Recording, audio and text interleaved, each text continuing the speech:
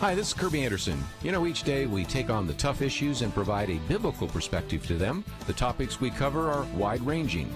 Apologetics, theology, prophecy, creation and evolution, intelligent design, marriage, family, child-rearing, the millennial generation, trends in society, politics, economics, business, religious liberty, the Constitution, public policy, foreign policy, military policy, tensions in the Middle East, abortion, homosexuality, pornography, sexual ethics, media, technology, history, and America's godly heritage. We talk about anything that affects your faith, your family, or your freedom. So don't go anywhere, because Point of View starts right now.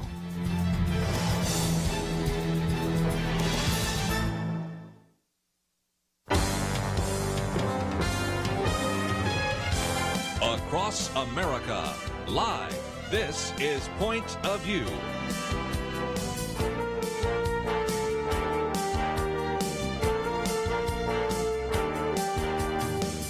And now, Kerby Anderson. Thank you for joining us. It is the weekend edition. Penna Dexter, Kelly Shackelford in studio with us, and we will be talking about a variety of different topics, ranging, of course, from the protests and the riots to the pandemic and COVID-19. Yes, that still is happening, even though most people are not even hearing anything about it. We have a lot on the political campaigns. There's been quite a week for anti-Trump comments, so I'm somewhere along the line going to hear a few of those, whether it's General Mattis or whether it's the Episcopal Church or a variety of others. So we have a lot, obviously, to cover. But I thought we would start out, as we oftentimes do, Penna and Kelly, talking about the economic news. If you had told me 6 months ago that I would be saying that it was good news that unemployment's at 13.3%, I would have thought you had lost your mind. But it is good news because instead of seeing a downturn, we're seeing a pick up in terms of jobs, aren't we? The quote-unquote experts thought that this report that came out today would be around 19% unemployment. Instead, it's 13.3%, down from 14.7%, which means it was a gain of about 2.5 million jobs. And, you know, it's really huge. It's a big piece of news because here we've been in May and, you know, you've still had people losing jobs. So obviously the opening up of the businesses has more than made up for that. And so, I mean, it's awesome news. It makes me, you know, some people that are real conservative hate the whole mask idea. And, you know, I get that. I hate it, but I'm thinking I'll pay any price for the economy to move up. If they're going to force me to wear a mask, even if I don't think it works, I'm going to do it because, you know, people are feeling the confidence, and that's what a lot of the economy is consumer confidence. People are beginning to feel a little bit more confident going out and doing things. And however you do it, however you handle it, this is good news. It's excellent news. We should all enjoy our weekends. Well, if nothing else, I guess Kelly does have the mantle of the Old Testament prophet because he was the one a couple weeks ago, you might remember, said, I think we'll have a V-shaped recovery. I get Stephen Moore on here and says, well, maybe it's going to be more like a U-shaped recovery. We even had Jerry Tuma on and says, well, it's probably going to look more like a Nike swoosh. So far, Kelly, you seem to be the right one on this. Well, I was in some of the meetings with Stephen Moore, and I just, you know, I was like, well, those guys are supposedly the experts, but at the same time, it just, you know, you don't have anything to compare this with. In the past, they're used to a recession. They're used to, you know, having something go down and it gradually comes up. But this is so artificial that I always felt like as soon as you let people go back to work, you'll start to see much more immediate effects. I mean, the question was whether people's businesses were going to be destroyed permanently, and so they couldn't start back. I think the PPP program that the president and Congress did has allowed a lot of those businesses to keep going. They just made some changes to it this week, which fixes some of this really foolish stuff they did in the original one, which is, for instance, I don't know if people understand how this works, but the idea is we want you to not fire people. So what we're going to do is we're going to give you a loan for 2.5 months of the salaries of your employees. Oh, great. And we're going to write it off after 2 months later if you haven't fired anybody. Oh, that makes sense. But you get money for 2.5 months. The original bill said you could only write off 2 months. And it was like, wait a second, this isn't working, And so they finally said, they came back and switched it and said, no, it's just, you can get the money back. We're not going to limit you to just 8 weeks to get 2.5 months. We're going to give you an extra. You can spend it over more time. Yes. And so, which, the last thing you want is at the end of this thing when we're starting to get better, it's like, oh, I'm sorry, none of that money is going to be paid back there at the end. You now owe a big loan to the government. So they fixed that. But that evidently has really helped. I think so. And then, again, people, there's so many things we can talk about, right, with the rioting, the protesting, and the Antifa, and the, Amazon giving $10 million to the Black Lives Matter Foundation, and there's all this different stuff. But the thing they don't talk about that I think, that they wouldn't, because there's such a dislike for Trump, right, that they don't like to say this, but I don't think there's any president who would have been more pushing for the economy to open during this than Trump. So, I think he clearly deserves some credit for what's going on, because there's a lot more timid people that we would still be shut down all over the country, except for the protest. And we have to remember that a couple big cities and states, some blue states, have not opened up. That's right. So, this is great news, because even more conservative or libertarian economists thought this is not going to start turning. And we're not done yet, but this is at least a real hope that maybe this thing could turn around really quickly if the government would just get out of the way and let people go back. They want to be safe. Tell them what you do to be safe and let everybody go back to work. Everybody's kind of learned how to distance anyway during these 3 months. Right. Yes. So, and plus it's summer. I think it's not, if you look, I even saw, now this, talk about shocker. And, I even saw in the New York Times today an admission that while the cases are not really going down because they're testing so many more people, that actually, and they had a big chart, the percentage of people is going way down, right, that are testing and positive. the infection rate is going down. It's like, less than 5% now of everybody they test. So it's clear that, it's kind of like a summer flu situation where it is dissipating. And so there's a lot of good news today. I would think so. Some people might wonder, okay, is this just a bounce, or will we see more of this? And let me just mention that at the bottom here, it also points out that if you look at the fact that the average weekly hours is going up, that's good news. Now you have 73% of small businesses are open, which hit a low of like 52% not so long ago. And so it does seem like the trend that happened in May will happen in June. So that looks like good news, doesn't it? It does look like good news. They say the job gains, this comes from the White House, surprised forecasters given many states are only beginning to reopen their economies during the reference periods, which was earlier in May. So this is earlier in May, and we've had more of May and more opening up. For instance, here in Texas, there's phases, and each phase opens things up more. So it looks good for June. The only person it's not good for, I think, is Joe Biden. Because it's good for Trump. You'd like to be able to, obviously the thing that Trump would argue most for in his campaign is the economy. And so for that to be a plus again, if it were, we're still in the beginning of this. The thing I thought was sad is this announcement was made from the Rose Garden today, because it's big news. Yet MSNBC and CNN refused to carry it. Oh, of course. And so it's just sad, we should all be happy as Americans that the economy's coming back, that people's businesses are being saved, that there's real hope. But they don't want to give hope. And I that's very sad, to say the least. Let's take a break, and when we come back, since we talked about the campaign, let's mention that for just a minute, because right now the approval rating for Joe Biden is higher than the one for Donald Trump, and Joe Biden seems to be ahead in all the swing states that were so important last time: Michigan, Wisconsin, Pennsylvania. And of course, the big X factor is the impact of both the pandemic and the protest. We'll be back right after this.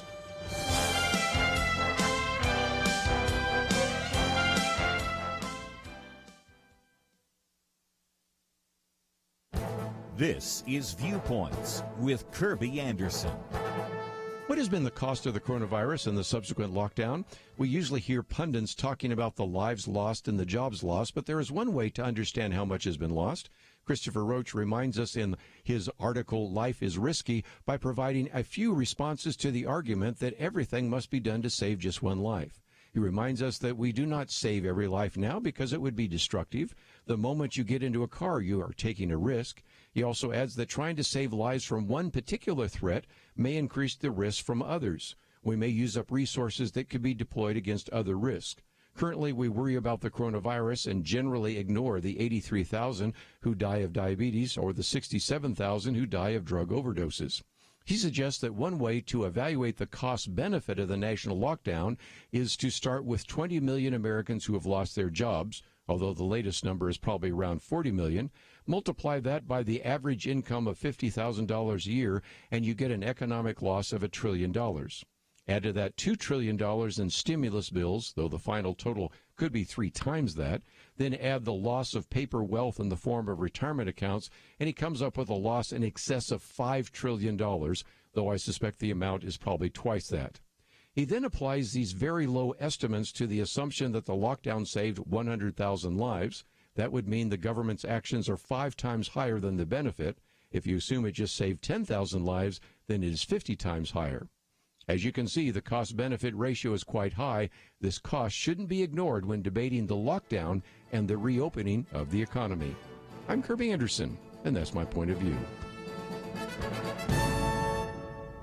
For more information about issues covered on Viewpoints, visit pointofview.net. Pointofview.net.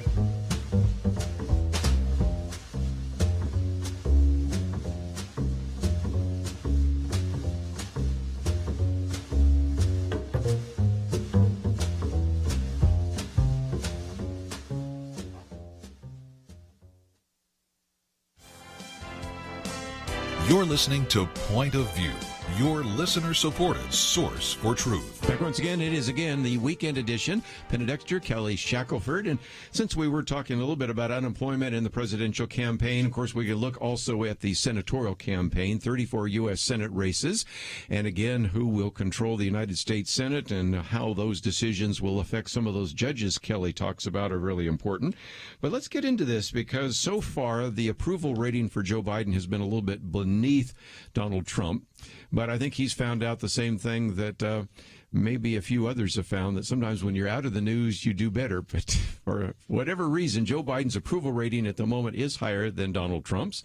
And if you look at the swing states, most of the polls being done right now show that he is ahead in places like Michigan, Wisconsin, and Pennsylvania.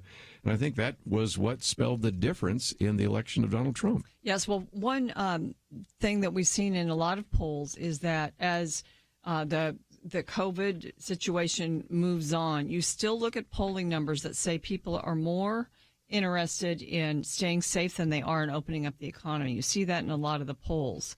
And so I think that's what you're seeing with the because that's what Biden has emphasized. You know, he's emphasized that Trump is too much for opening up and too much pressure on other governors and all of that. So that's one reason, I think, for his higher approval ratings. I think, of course, these jobs numbers have not factored in yet. I think once those do, that's probably going to, make a difference.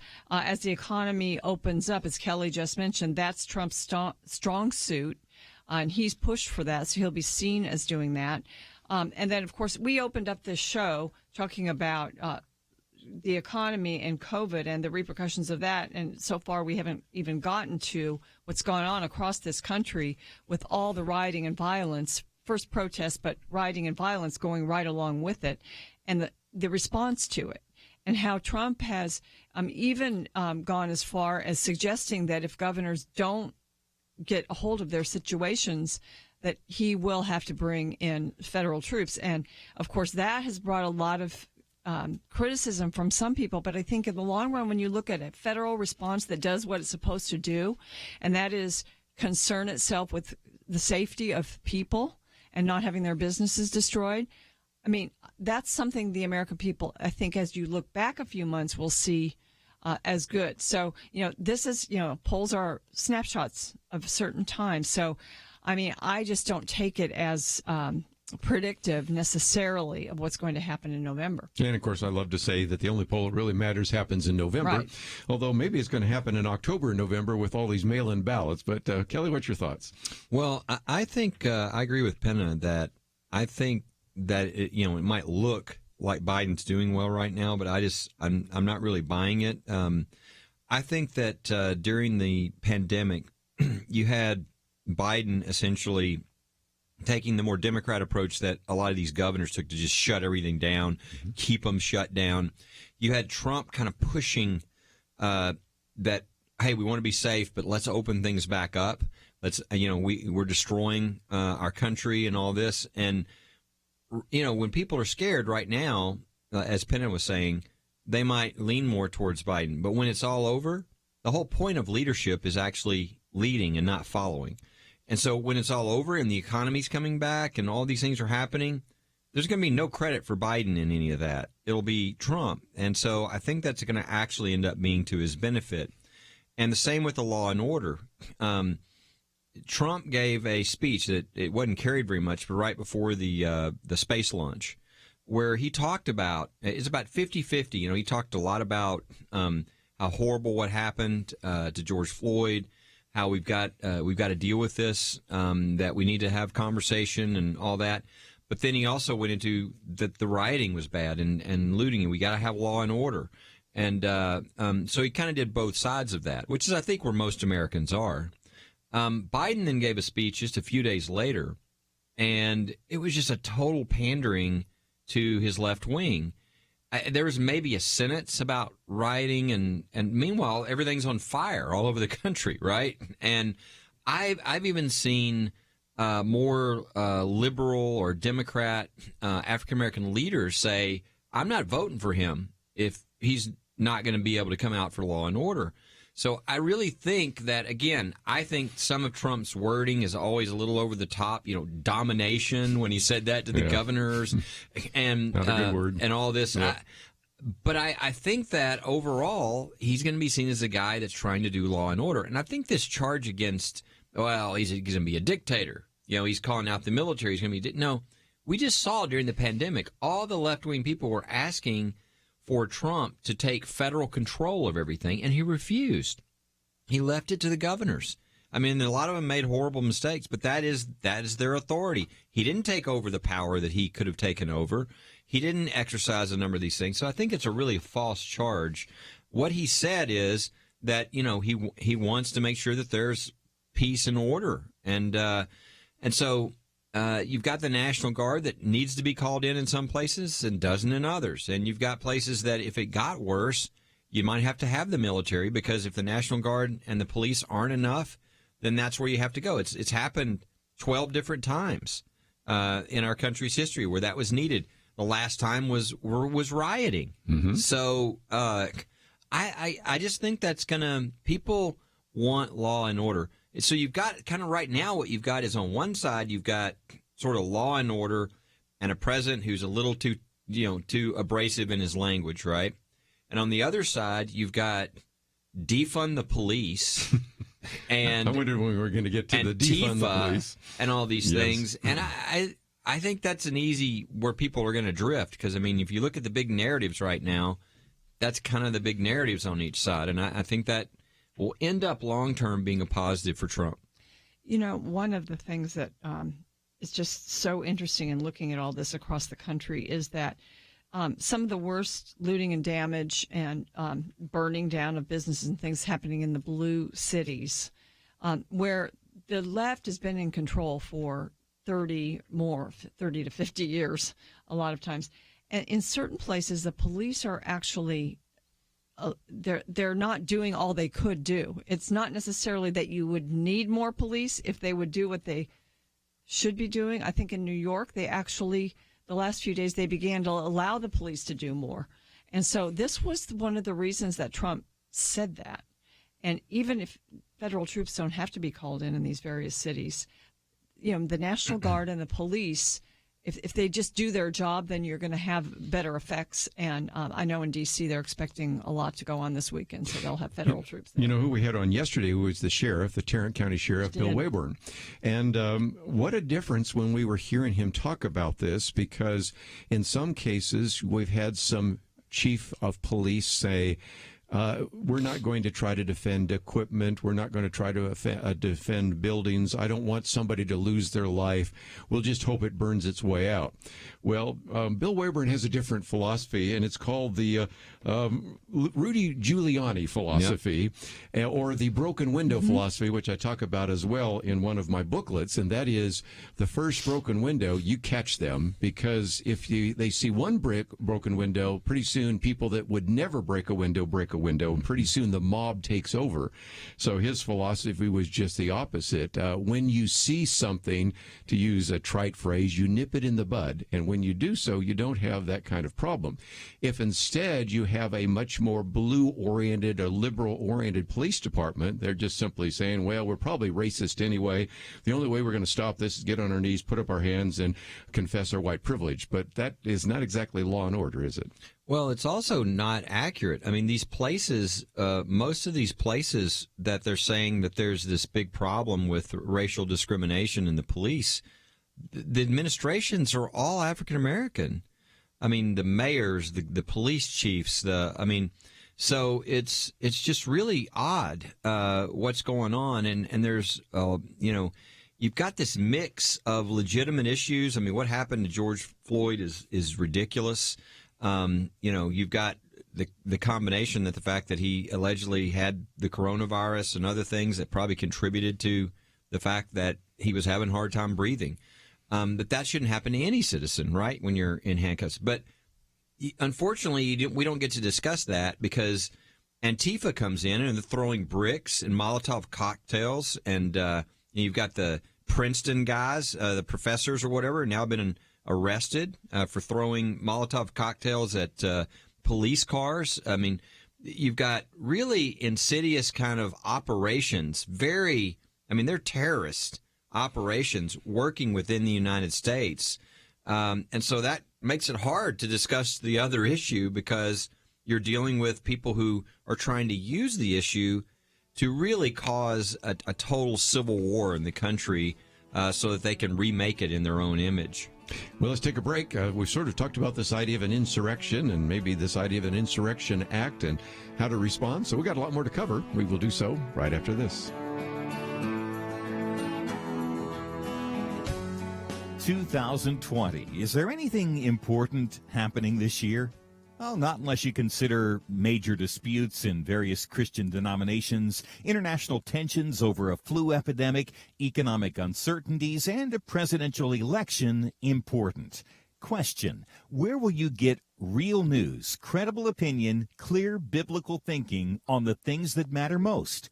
Answer: Point of View Radio with Kerby Anderson and the team. You can make sure their voices continue speaking loud and clear by taking a moment right now and joining the Truth Team. It's easy, but you do have to visit our website or make a quick call. Go to pointofview.net/team or call 800-347-5151. You have the power to make a difference. Joining the Truth Team can help ensure that millions of people will get a different opinion from the major purveyors of fake news. We don't get big advertising dollars like the networks or tax money like PBS. We depend on you. Pointofview.net/team and 800-347-5151. Point of View will continue after this.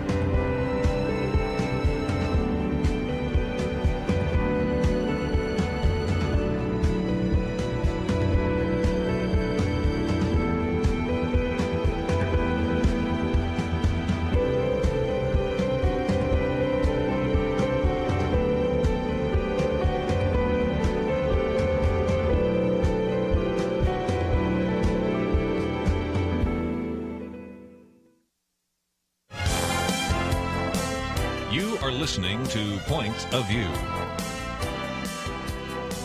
The opinions expressed on Point of View do not necessarily reflect the views of the management or staff of this station.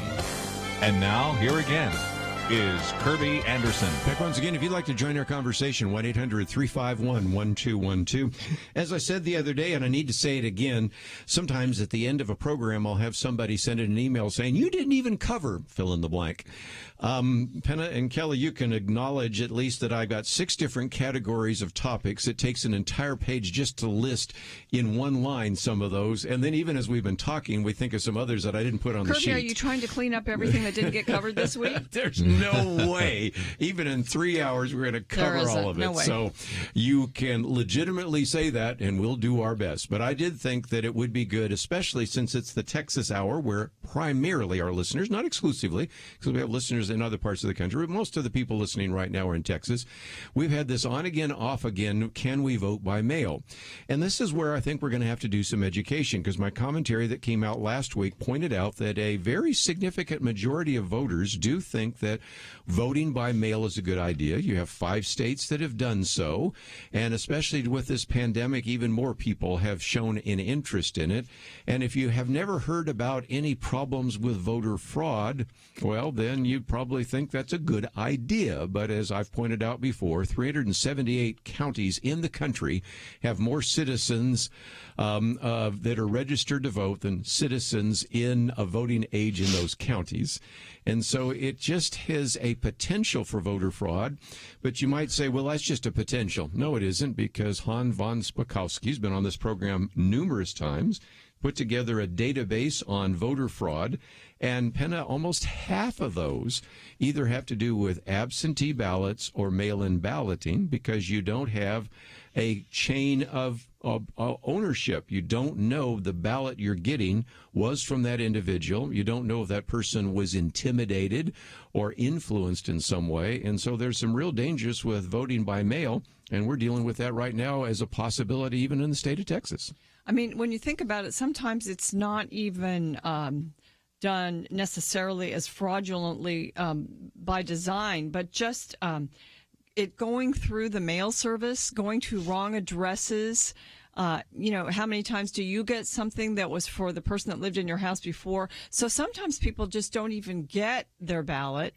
So it's in a way it makes it harder for people to vote. I think just it being out of the hands of somebody who's watching and who's in authority and in control. I mean, that's just common sense that it wouldn't be as reliable or as safe. And, when we think about the importance of being able to vote, of your ability to vote, and if you don't get to vote, or if somebody votes for you, or if somebody changes your ballot, or somebody just removes your ballot from the mail and it never gets in, think what you have lost. And if someone votes for you, you've lost doubly if they vote the wrong way. Well, it can be worse than that. This week, part of the testimony about this in a hearing, I know Christian Adams is one of the people who testified, and he had done some research and analysis on a number of the states. And, for instance, in Philadelphia, he showed, as an example, here's this one guy. He's registered 8 times, okay? He will get 8 ballots if you do this, and he'll be able to vote 8 times. There's a serious problem with this. Voter fraud is a real issue. There's a database that has been put up by the Heritage Foundation that shows all the different ones. I mean, whole elections overthrown. We don't have to go very far. Go back to North Carolina, right? North Carolina, there you go. Just recently happened in Ballot Congress. harvesting, that's right. So it is a serious issue. Now, the thing that I love about what happened yesterday, though, is you have these lawsuits like what you had in Texas. Is Texas had a law, or has a law, that says that, look, if you have something that disables you or you're not able to come and vote, that you will be allowed to vote by mail. But otherwise, we want you to be there, because there's a lot more security in that, right? If you have to come, present yourself, show your ID, all that kind of stuff. Well, what people try to do is say, well, I'm scared about this coronavirus thing, and so I need it through the mail. Well, if that's the case, then it's like, you basically are just totally overturning on the laws, because now it's like everybody's, well, I'm scared of, and we all stay home. Well, in state court, it went through Texas, and the Texas state court said, no, that's not what the statute says. But then they go into, and I bet y'all haven't made this connection, and it goes into a federal judge in San Antonio, Fred Beery. He says, oh, yeah, I don't care what the Texas courts, the state Supreme Court says. I'm just going to say that, no, everybody has a right to vote by mail. What does that old nasty legislature have doing, passing laws when one judge will tell you what your laws can be? This is the same guy that we had a lawsuit against years ago. I don't know if you remember, with the valedictorian. where he put in his order I remember that. that anyone who violated his order by mentioning God in the graduation ceremony would be incarcerated. Okay, we had to overturn him on what's called a writ of prohibition. It's like an emergency motion that this judge is out of control. Almost never done, but they did it. So here he is again. So it goes up to the Fifth Circuit Federal Court of Appeals. Yesterday, we got a really good decision saying, no, the state of Texas can pass laws on voting, just like the other ones that said you can vote by mail. In Texas, they said this is our process, and they have a right to do that. But the thing that's awesome is our favorite judge, Judge Jim Ho, wrote a concurrence. And in the concurrence, in the first 2 pages of his concurrence, if you look at the opinion, it's on page 35 through 37. I thought this is brilliant. He went and found all the liberals, from Supreme Court justices to groups like the Brennan Center to, you name it, and found quotes from them talking about how dangerous it was to have voter fraud with mail-in voting. And you go, well, why would they say that? Because they all say they're against that now. Because when they were fighting voter ID, their big argument was, well, there's not much danger when people are showing up in person. It's the mail voting that the fraud occurs. And now he's got all their quotes, and he had them all laid out there saying, obviously, this is a real issue.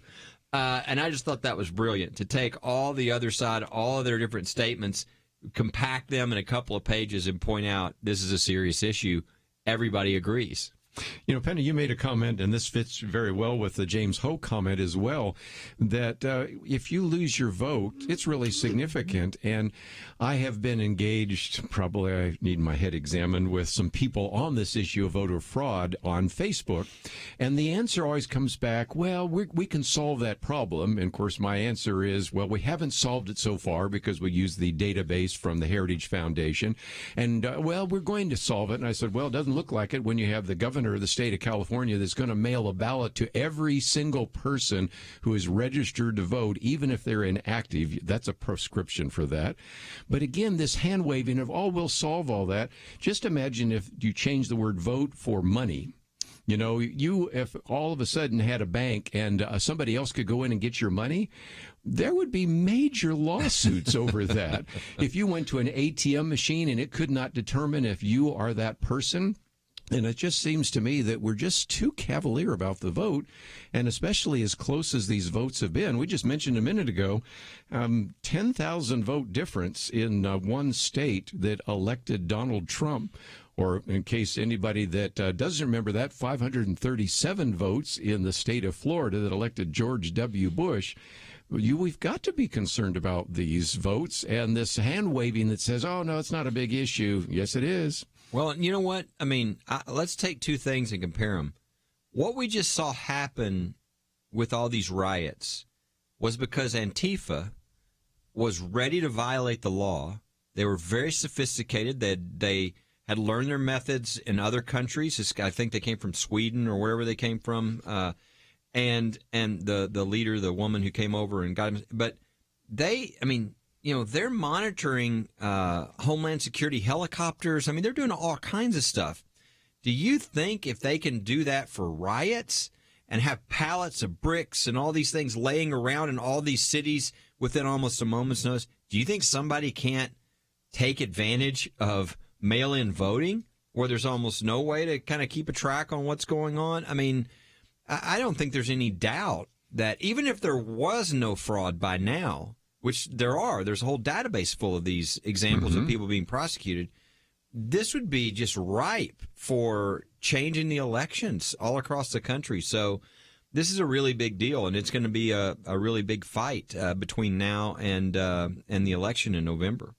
Just one other thing. In Pennsylvania this week, the governor changed the deadline for the mail-in ballots. I mean, it's obvious that this is a tactic of the left and to change elections. So, I mean, that's obvious by the way these people in these blue areas are acting. Yes. Well, again, if you say I want a very significant amount of integrity in voting, well, then that's voter suppression. But there's another part of that. We don't want to suppress the vote, but we don't want voter fraud either. Let's take a break. We've got some phone calls, and we'll come back and take a one or two and get into some other issues right after this.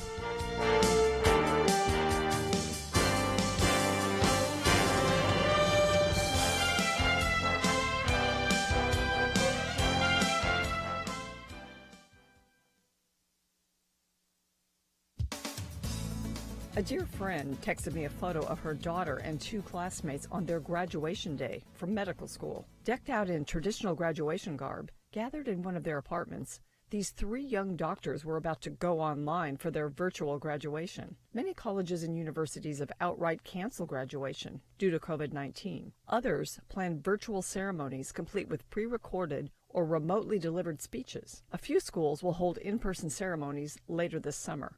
One of the rare schools holding an in-person commencement is Hillsdale College. The ceremony, originally scheduled for May 9th, has been rescheduled to take place in July. All graduating seniors have been invited back for a celebratory weekend.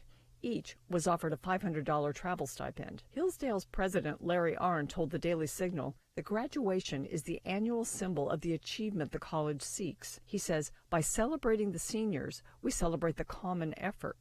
That effort includes the students themselves, their parents, teachers, supporters of the college, and the students' friends. In fact, he says, the community among the students is of prime importance, and that's why the school is making sure students, and hopefully many parents, will be together again to celebrate and say goodbye. And Hillsdale will open in the fall. The school is in Michigan, a state that has been very aggressive in its shutdown. Dr. Arnn says, we have a right to have college. If somebody tries to stop us, we'll resist that. Hillsdale is prepared with equipment for disinfecting, thermometers, even ventilators, which Dr. Arnn doubts they'll need. Students and faculty have the option to participate remotely rather than return to campus. The college years are precious, says Larry Arnn.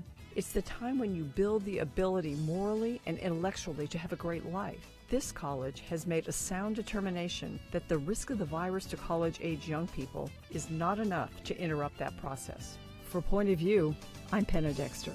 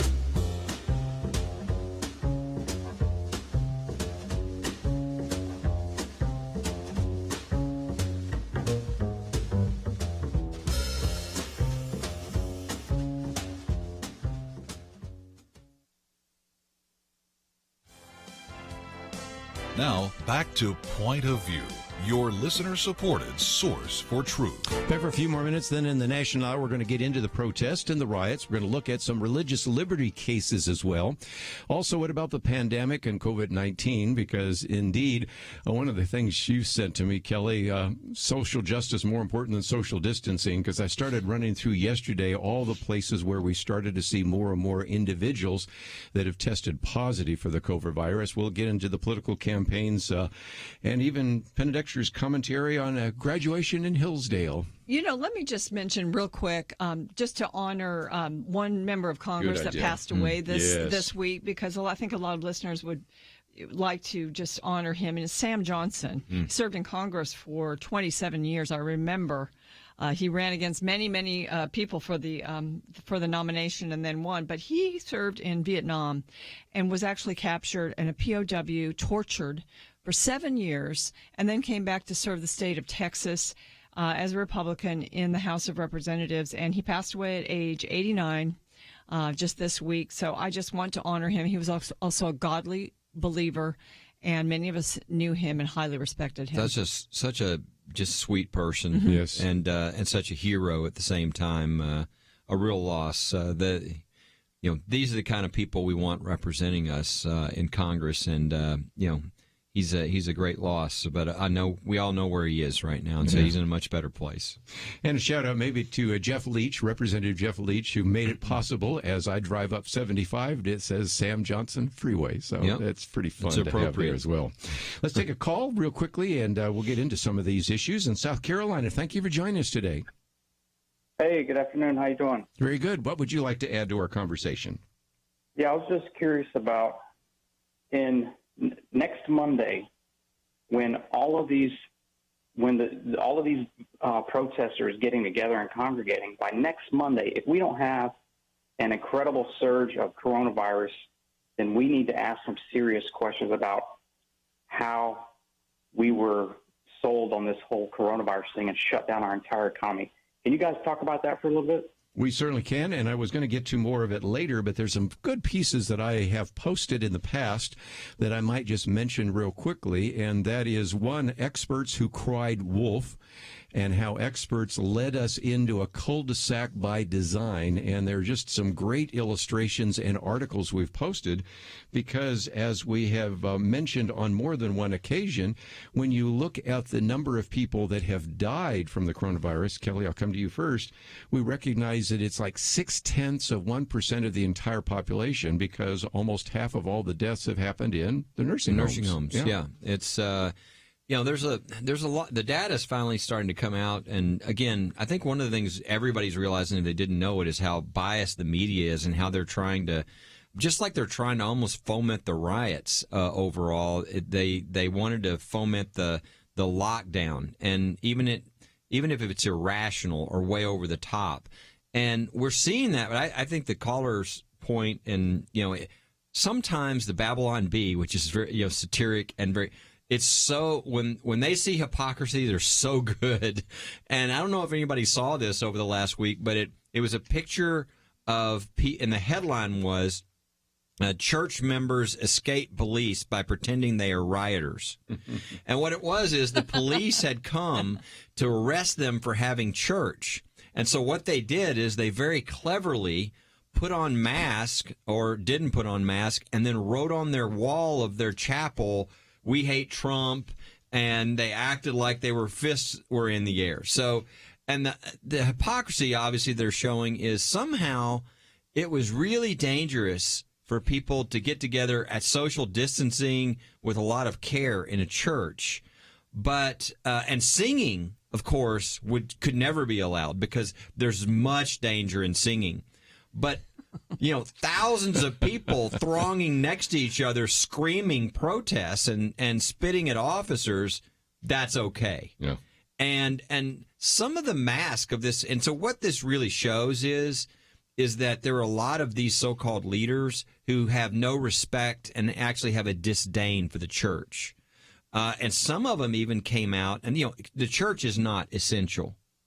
And we could go into depth on that. They think the essential is things in the material world. Mm-hmm. So evidently things like freedom and liberty and truth and love and peace, the things that the church gets behind, those things aren't important. I would say those are the essential things in the United States of America, and they don't understand what country they're in. But it did show this, and then you had de Blasio and others even specifically saying that, well, I know there was a danger from, the spread of the coronavirus, but this is so important that, it's worth the danger. Yeah. But church isn't. Yeah. He was threatening people. And Jewish people. Exactly. Yeah, from going to the funeral. So you shouldn't go to your parents' funeral. I'm going to make it illegal for you to go to your parents' funeral, but we'll allow you to protest. I mean, you see, boy, the mask is really off on these folks. Pun intended. Yes. There's this piece, I think you might have sent it to me, Kirby, but public health officials saying that social justice matters more than social distance. That came from Kelly. Okay, yes. Kelly. And it's talking about, it mentions Georgia's governor, Kemp. And he was since he relaxed everything very early on and quite dramatically at first, they said that this was an experiment in human sacrifice. Well, now, 3 weeks later, all of a sudden, social justice is more important. We have to band together. We have to go out in the streets together and protest together. I mean, I had a protest pass my street this week in Plano, Texas.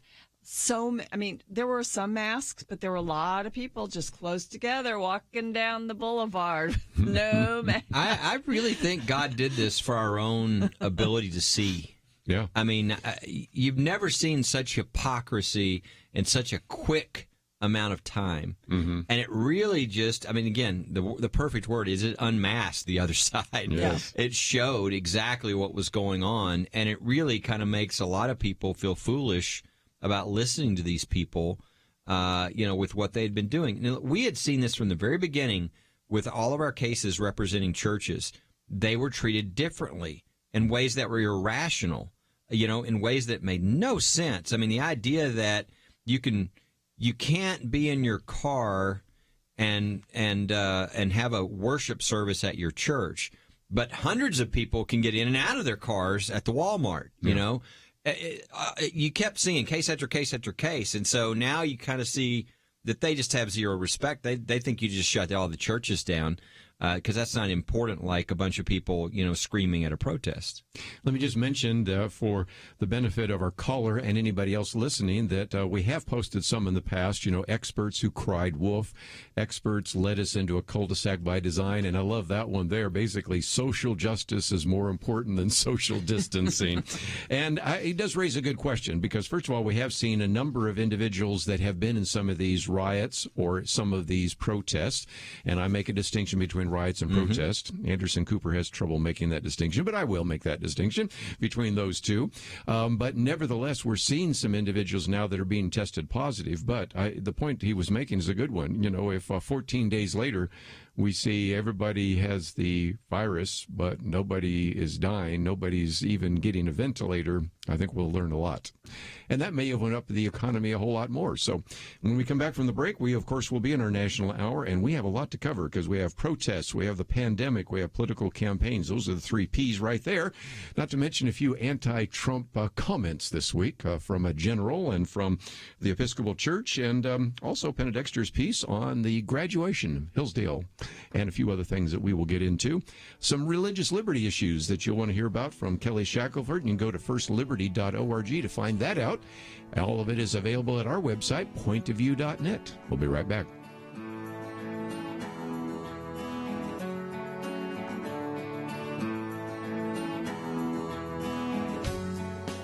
Having civil conversations about important issues seems to be harder and harder. Various media outlets tell people what they should believe, why they should be outraged, and getting people to actually think, well, it can be difficult. Whether it's the gospel, tax issues, social policy, or just about anything else, you need to have solid information and clear thinking to address the hard issues. You need God's truth applied. And that's what you get in less than 2 minutes with Point of View's Viewpoints Commentary, a daily resource to help you be informed and think through the things we need to be talking about. It is free and will arrive in your inbox each day when you visit pointofview.net/sign-up. Sometimes we know we should say something, but we're silent because we're not quite sure what to say. Viewpoints Commentary can help you break the silence and change the narrative. It can make you a more equipped agent for truth. Get your free subscription to the Viewpoints Commentary at pointofview.net/sign-up. Pointofview.net/sign-up. Point of View will continue after this.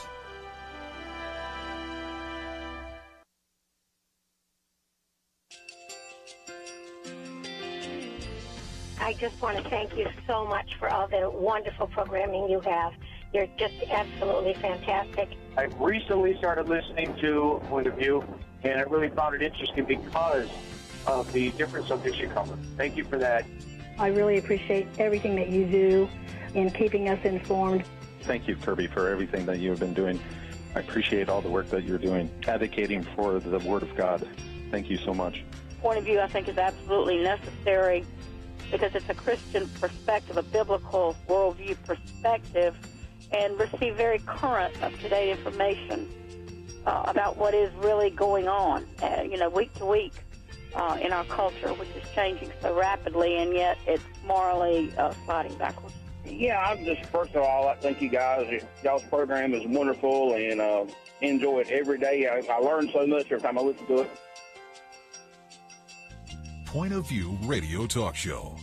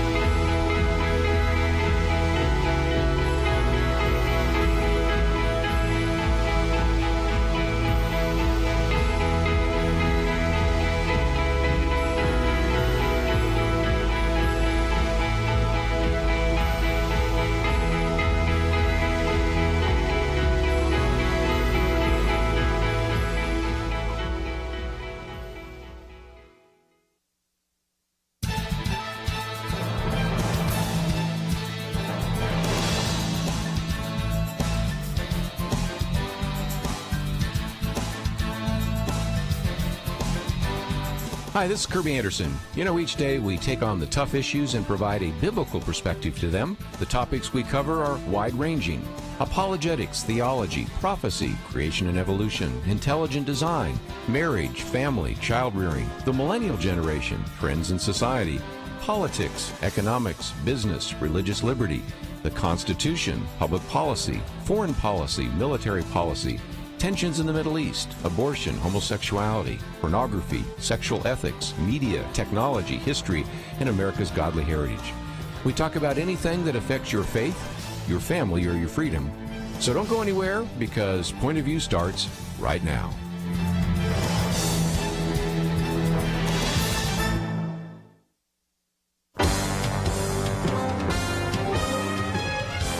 Across America, live. This is Point of View.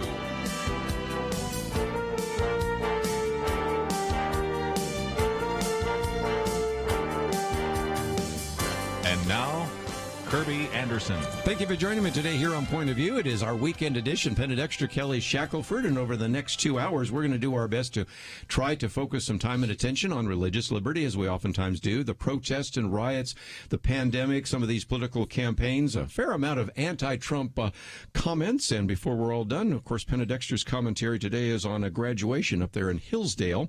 But let's start off with some news that, again, I would never have thought I would be saying this in a positive way, but nevertheless, unemployment is now 13%. And if you told me that 6 months ago I would be seeing that as a positive, of course, we also recognize that the concern, Penna, was it could be as high as 20%. So the fact that it's 13% and there's job growth is good news. I think economists, many of the quote-unquote experts were saying about 19% they were expecting. And they were saying that, this is just too soon for it to start improving. And you hear all this about the Nike swoosh rather than the V-shaped comeback. But this feels like a V-shaped comeback because the economy added 2.5 million jobs in May. And you have to remember that you still have states that are fairly locked down, big cities like New York that are still locked down. So despite that, and job losses there's this increase from it was unemployment last time that this was released was 14.7%. Now it's 13.3%. So it's really a big shift. 2.5 million jobs, and I think we ought to look at it that way. We ought to be very encouraged right here to think that people are going back to work. Perhaps it's furloughed people and some of that, but it's very good news. And I think something like this and some of the stats that are underlying kind of show us that we could probably expect it to improve again. This is great news. At a time when the country's kind of looking for something that looks a little hopeful or optimistic, boy, this is the real answer. People that were expecting that the announcement today would be the loss of millions of more jobs. 7 million more jobs, I think was the prediction. Mm-hmm. Instead of losing 7 million, we gained 2.5 million. That really tells you that things are already turning. And this doesn't have all of May, right? It takes a while for these. Right. And they revise them up and down. Yeah. And what's going to happen is because there's more and more openings, this is probably going to look even better. And I think we just got to be honest with this. I can't think of any president in the Democrat or Republican side who would have been more sort of agitating to open things up for businesses than President Trump. Whatever your faults with him, you probably would have to agree. Yeah, he kind of wants to open businesses. So he's got to get some credit for the fact that he pushed hard. And, again, there's still a lot of places locked down. But he has always said this would be a V-shape. It's going to tick back up quickly. A lot of economists, even conservative economists, said, no, it's going to be next year before we really, and again, this is early on, but this is a huge good sign.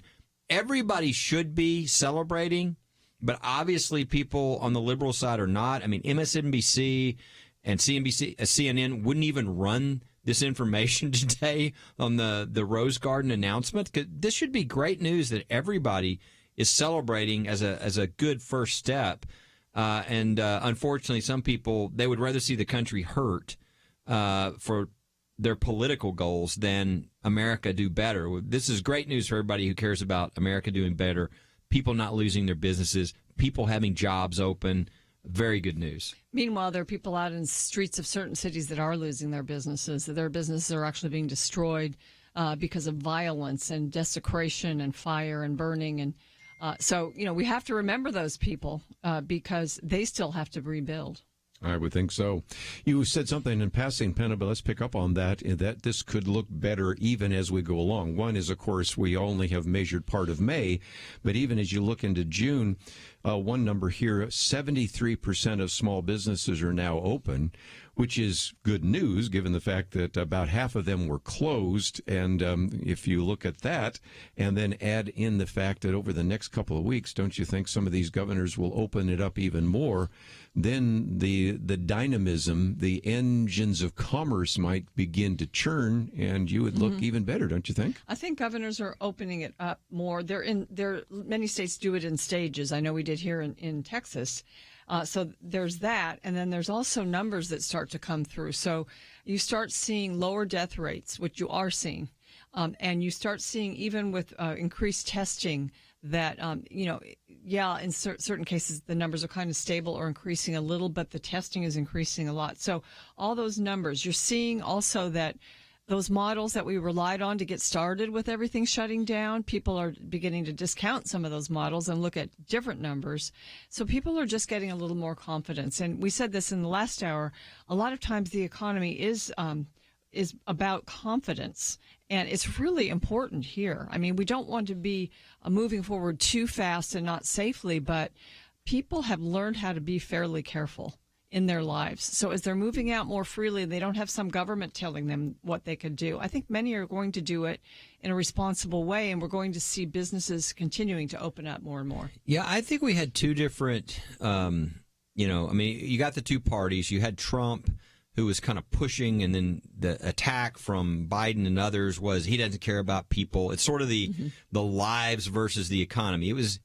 There were lives lost from being poor and from shutting down the economy. So that was never really a clear, but you had two different approaches. Biden's approach was more with where people are because they're scared. They don't want things to, I don't know about opening things up. Trump was like, well, look, we're going to destroy ourselves if we don't open up our businesses. And it was always going to be, well, how does this play out, right? Well, the result of this is I think if the economy really does boom back, I think people are going to give credit to Trump on that, right? And I think it's kind of leadership. Leadership is not following everybody and where the polls are, right? A leader is somebody who says, this is what I'm going to do because I think it's right, even if it ends up, kind of blowing up in my face, because this is what I think is the best. And so I think he's going to benefit from this if this continues. And it looks like this is a really good step for that. So this will definitely affect the presidential race because this is the most important thing for President Trump, the economy. It's what he was doing so well at.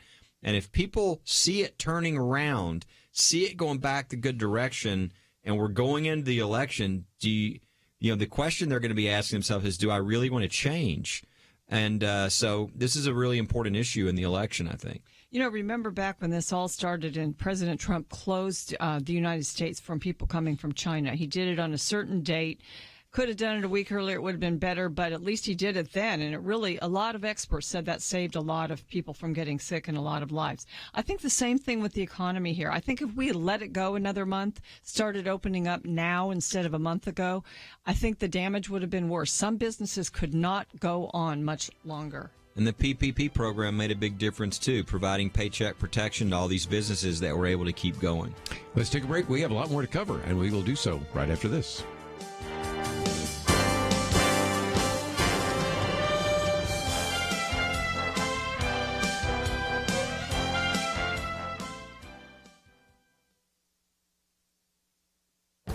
This is Viewpoints with Kerby Anderson. What has been the cost of the coronavirus and the subsequent lockdown? We usually hear pundits talking about the lives lost and the jobs lost, but there is one way to understand how much has been lost. Christopher Roach reminds us in his article, Life is Risky, by providing a few responses to the argument that everything must be done to save just one life. He reminds us that we do not save every life now because it would be destructive. The moment you get into a car, you are taking a risk. He also adds that trying to save lives from one particular threat may increase the risk from others. We may use up resources that could be deployed against other risks. Currently, we worry about the coronavirus and generally ignore the 83,000 who die of diabetes or the 67,000 who die of drug overdoses. He suggests that one way to evaluate the cost-benefit of the national lockdown is to start with 20 million Americans who have lost their jobs, although the latest number is probably around 40 million. Multiply that by the average income of $50,000 a year, and you get an economic loss of $1 trillion. Add to that $2 trillion in stimulus bills, though the final total could be 3 times that. Then add the loss of paper wealth in the form of retirement accounts, and he comes up with a loss in excess of $5 trillion, though I suspect the amount is probably twice that. He then applies these very low estimates to the assumption that the lockdown saved 100,000 lives. That would mean the government's actions are 5 times higher than the benefit. If you assume it just saved 10,000 lives, then it is 50 times higher. As you can see, the cost-benefit ratio is quite high. This cost shouldn't be ignored when debating the lockdown and the reopening of the economy. I'm Kerby Anderson, and that's my point of view. For more information about issues covered on Viewpoints, visit pointofview.net. Pointofview.net.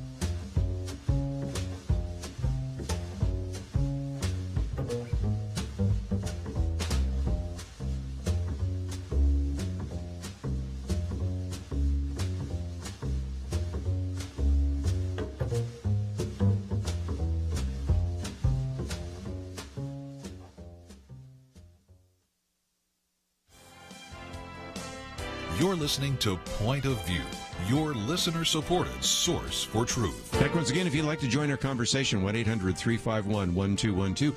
Penna Dexter, Kelly Shackelford, and of course we have a link to First Liberty, and we'll talk about some of those religious liberty issues a little bit later.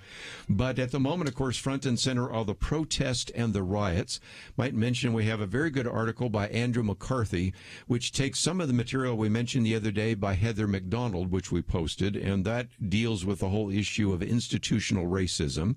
Then we also have a piece, for example, on how to respond, and this is by Rich Lowry on rioters need to be met with overwhelming force. And then we'll get into the pandemic. Coronavirus lockdowns have obvious costs and unseen costs that we will talk about. But there have been some real questions, Penna, about what can we do. And earlier in the week, we quoted from John Fund, and now there's a very good piece in a variety of other locations saying maybe we should rethink these police unions, maybe abolish those, maybe reform those.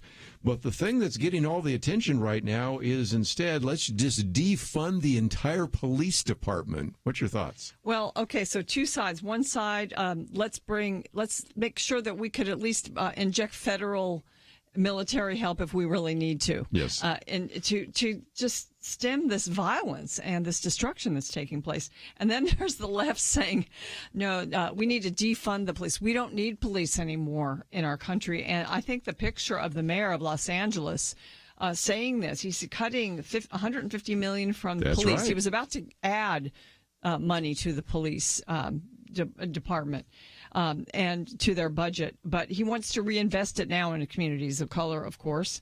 He says, I know we will not be increasing our police budget. How can we at this moment? Well, why shouldn't you at this moment should be the question. And then in New York, some council members are recommending cutting $1 billion of a $6 billion police budget. That's a big police budget in New York City. But NYPD is known for being a very good police force. They've been even hamstrung in what they could do in New York and what they've been allowed to do to stop this right now. But the truth is, and this is Heather McDonald has said this, and I know that you've been quoting her this week, that law-abiding people beg for more police, not less police. It's people that are fomenting the mischief, that don't want the police. And, we can put money into a lot of things, and we spend money on a lot of things in this country, especially in our cities and with our less privileged citizens. But what constitutionally we should be protecting people from harm, from physical harm. That's one of the duties of government that it should be non-negotiable. But these folks are saying, no, we take money from that effort and we move it in toward providing, whatever else to people. I think the to keep them mayor, unproductive. the mayor of Los Angeles, if he wants to defund or start cutting the budget, he ought to start by not having any protection for him. Watch how quickly that happens. That's the thing that's so hypocritical about what you see here. None of these people, these Hollywood leaders, they all have security teams. This is so cynical against people who are poor and have no ability to protect themselves. This is the neighborhoods who need the protection the most. And the idea that you're going to defund the police and instead give the money to whatever power brokers there are in that community, I would imagine that the people in that community will be screaming at the top of their lungs. But will it matter if you're in a poor neighborhood in Los Angeles? I don't know. But I think this is the kind of thing that will, there are a lot of things going on this week that's, people agree or disagree with regard to Trump, and of course the people that love to hate the president, do that. But boy, this is a gift because, he's a guy who's about law and order. And if the choice is, do you want law and order or do you want to defund the police? I don't know what the poll is, but I bet you it's an 80 or 90% poll. Pretty close. And it's going to redound to the benefit of the president. So this is just crazy stuff. I mean, Americans look at this and go, you people have lost your minds. The other people that are really benefiting from this are gun manufacturers, because everybody in the country now is going, these people have lost their minds. I better go get something to protect my family. You can't even believe this is. You would think this is like, a joke in The Onion or maybe the Babylon Bee, defund the police. It's really incredible that we're even having this discussion. But this is not. If you're listening and you think we found in one place where they're doing this, no, this is really serious. They are cutting the budget. In Minnesota, they're talking about this. In Minneapolis, New York, Los Angeles, New York, Philadelphia, Oakland. I mean, the list is getting pretty long here. And the article here, Penna, that you're reading from is the movement to defund police gains unprecedented support. One of the quotes is from a Democratic Socialist in New York. That's a state senator. Of course, we have a number of Democratic Socialists in New York. To see legislators who aren't even necessarily on the left supporting at least a significant decrease in the New York Police Department is really encouraging. And so these are people that have been pushing for the defunding of the police for decades. And all of a sudden, a number of things come together. We're not going to be able to have the budgets that we had before because of the lockdown. And number two, because of a lot of emotions right now and people not thinking through the logical implications of this, going, yeah, I would think we should defund the police. But I'm thinking for most people in middle America, they're going, what in the world? They are. And, these ideas are bubbling. They're being allowed to bubble up from the left right now because of what's happening. Because of the what's happened to businesses, what's happening in our cities. And the thing is we need a lot of police in our cities because we have hollowed out the middle class, and we have, we've got such a division now. We've got so many people that are dependent on government or that are living very close to the poverty line, that are living, from paycheck to paycheck. or they're running small businesses on a very small margin. We have that. And then we have, another class who's sort of the ruling class and the more educated, wealthier people. There's not as much middle class in this country, all across the country, but especially in the cities. When you have that and you have more crime, you need more police. You need people to keep order. And if you hollow that out, if you defund that and you remove that, what you're going to do is give more power to the people that want power, want control over your life. And people that are asking for this don't even know what they're asking for. But they're really asking for our country to move very far to just an oppression, tyrannical type of system. We will get that if we allow some of these things to happen. If we allow all of this carnage and wreckage to businesses to continue without stopping it, we're going to move toward that. Yeah, it's surprising. Obviously, a lot of people are shocked. And the interesting thing, I think, is the juxtaposition of what we're seeing now versus the church. What is the real answer to the problems we're dealing with? It's going to have to come out of the church. If violence and peace and working together and stopping discrimination and loving people and having discussions. Obviously, that's not coming from our political leadership. And yet, at the same time that you have the protesting and the looting and the rioting and all this stuff that's going on, is the time when you've said the church is not essential and needs to be shut down.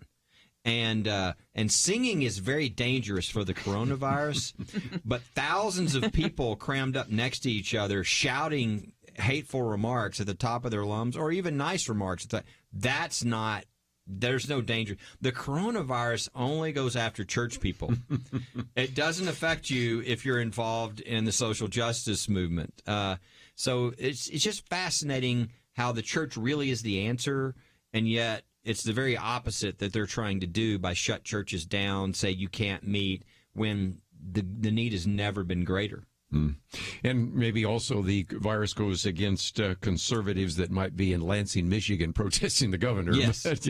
But again, these are some important issues that we want to put on the table. And so I just don't even know how in the world this defund the police movement goes. But when you already have the mayor of Los Angeles, Penna, as you point out, already working to make a cut of $150 million out of the police budget, that's almost like a row of dominoes. If nothing else, if you're living in Los Angeles like now, you might say, maybe I need to move somewhere else because it could get really dangerous. And when we come back from the break, let's, if we can, talk about, well, should we send in the troops?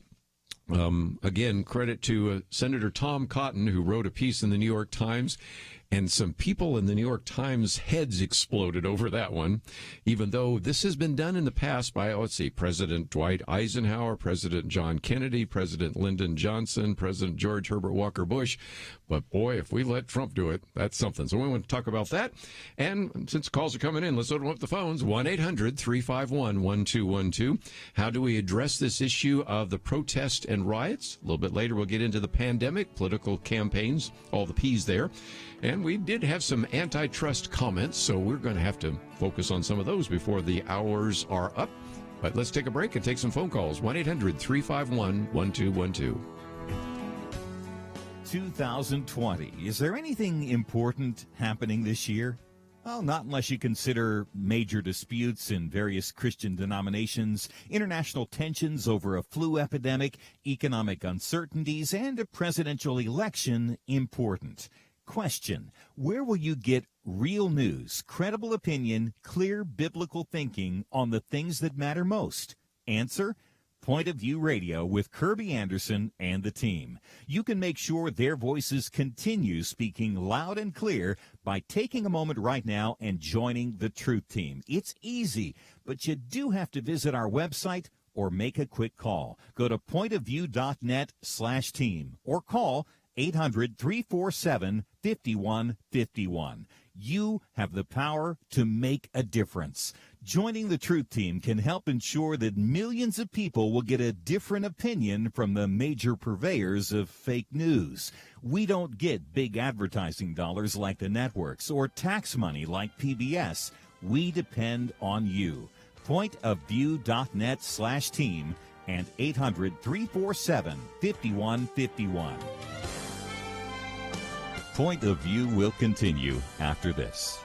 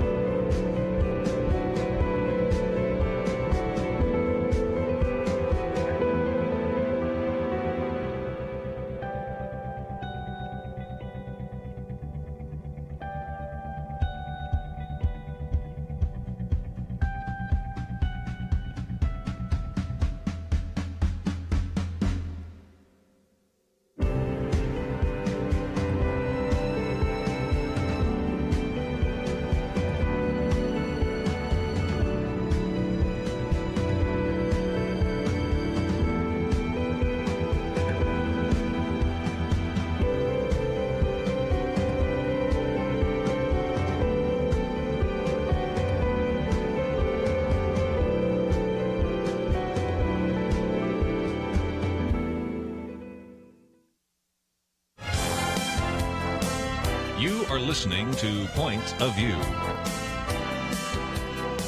The opinions expressed on Point of View do not necessarily reflect the views of the management or staff of this station. And now, here again, is Kerby Anderson.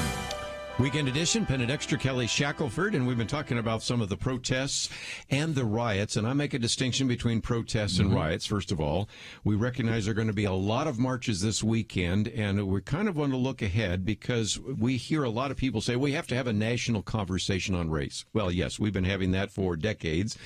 By the way, how's that working for you so well? But are there some concrete things that can be done? Well, what you hear up until now is defund the police. That doesn't make a great deal of sense. One that we have talked about this week, and John Fund has written about this in the National Review. We've got a piece that I'm going to post a little bit later that was from Washington Examiner. Also, there's a very good piece or two that was in Reason, all of which are pointing out that sometimes these police unions have protected individuals. And when we see the individual that actually killed George Floyd, 18 different actual concerns that were raised, objections and citing about him, two of which resulted in actual letters of reprimand in his file. The other one of the ones watching all this and not doing anything, have 6 against him, one that they had to solve and actually pay out funds for because of police brutality, another one holding. So in some respects, maybe dealing with police unions, reforming them or abolish them makes some sense. But defunding the police don't make any sense. But the other one I thought would put on the table is, was it wise to talk about this idea of using the Insurrection Act? And I have in front of me here the editorial that Senator Tom Cotton raised about the fact that this has been used in the past when we've had riots, and we seem to have an insurrection right now. But, Penna, if nothing else, just for a moment, let's talk to our listeners about how to be a good discerner of news, because after all, we assume that the New York Times will sometimes post op-eds that they disagree with, but there are all these stories now about the inside story of how in the world did Tom Cotton get an op-ed in the New York Times, and lately the New York Times have even been changing some of their headlines. So talk about this. Well, they've gone back and said this was a rushed process, or we wouldn't have allowed the Tom Cotton editorial to go through. The Tom Cotton, you have to remember, Tom Cotton's a senator, and he served in the military. Was he in some kind of special forces? I'm not sure, but he served in the military. He's very conservative. He's very law and order. He has raised the idea of using the Insurrection Act, which then allows certain federal troops to come in and help out in situations where the local and state authorities cannot get the situation under control. It's been used, as you said, various times. But this is something that, the left cannot abide. And so, of course, they're going to jump on even their own paper, the New York Times, for publishing that.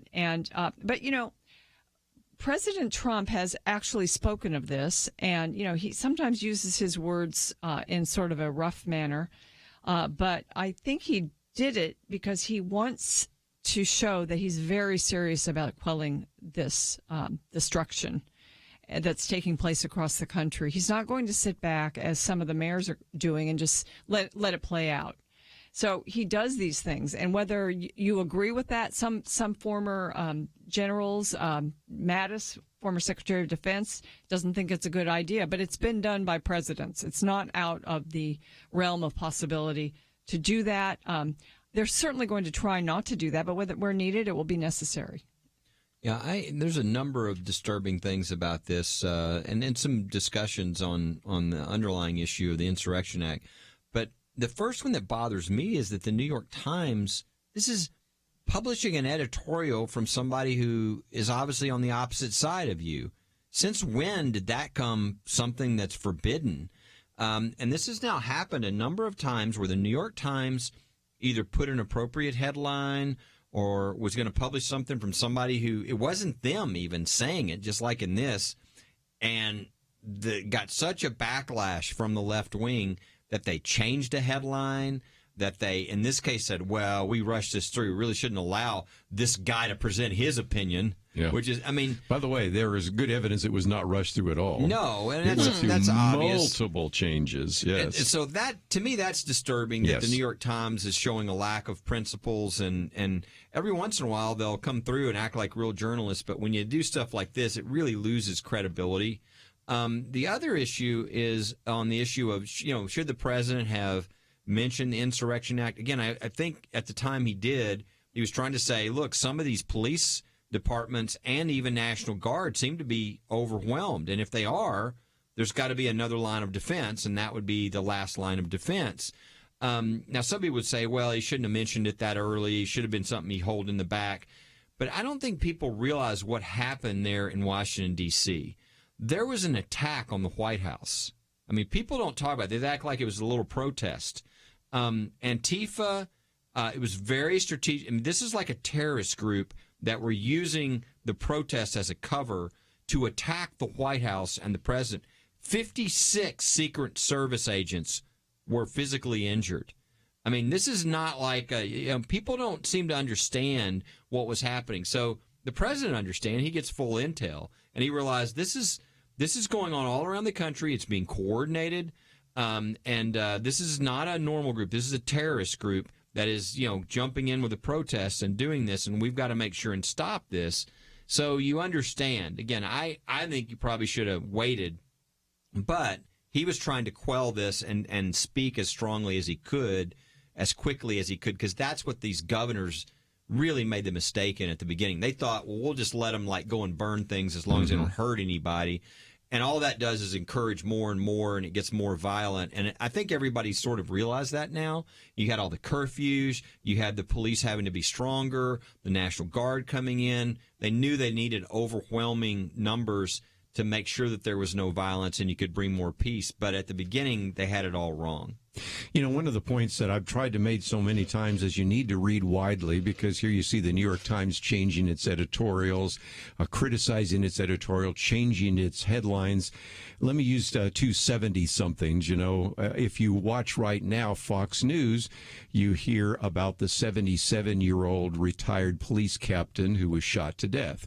If you instead watch NBC News or you have CNN, you hear about the 75-year-old individual in Buffalo who was shoved down by the police. And both of those are equally true on different sides of that, one in a protest, one in a riot. And that's one of the reasons you need to read widely, because you're going to hear different stories, and everybody's going to try to do what we call confirmation bias. They're going to try to put their evidence up there. And a good example is what Kelly just mentioned. I guarantee you there are a lot of our listeners probably did not know that nearly 60 Secret Service agents were physically harmed in that attack. And I don't think that's been very well covered at all by some of the press. It hasn't. And I think the reporting's just starting to come out from some good reporters on what's really going on with Antifa and what they've been doing. It's been much. I mean, this is not like. A lot of people confuse Black Lives Matter and Antifa.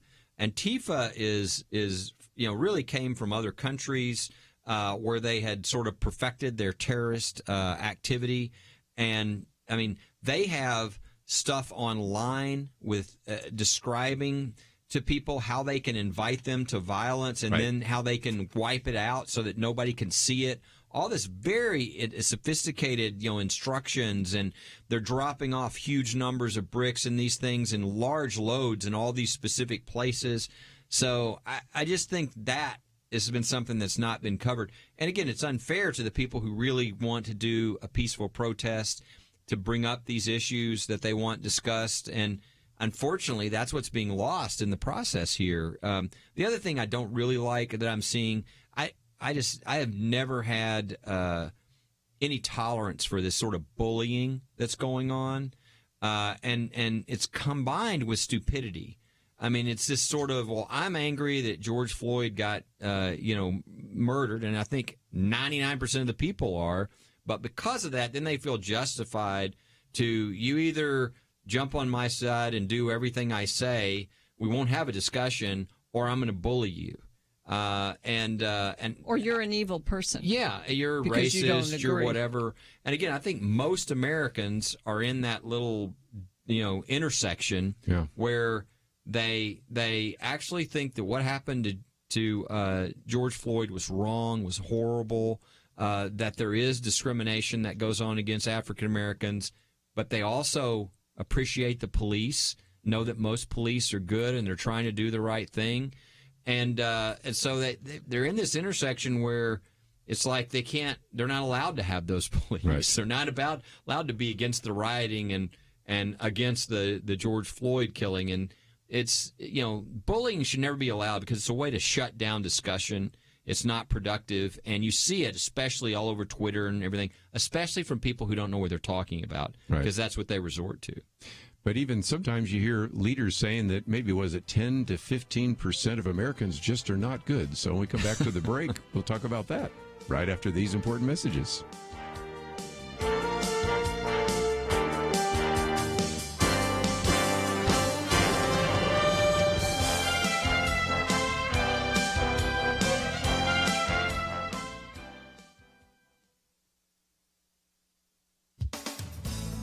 A dear friend texted me a photo of her daughter and 2 classmates on their graduation day from medical school. Decked out in traditional graduation garb, gathered in one of their apartments, these 3 young doctors were about to go online for their virtual graduation. Many colleges and universities have outright canceled graduation due to COVID-19. Others plan virtual ceremonies complete with pre-recorded or remotely delivered speeches. A few schools will hold in-person ceremonies later this summer.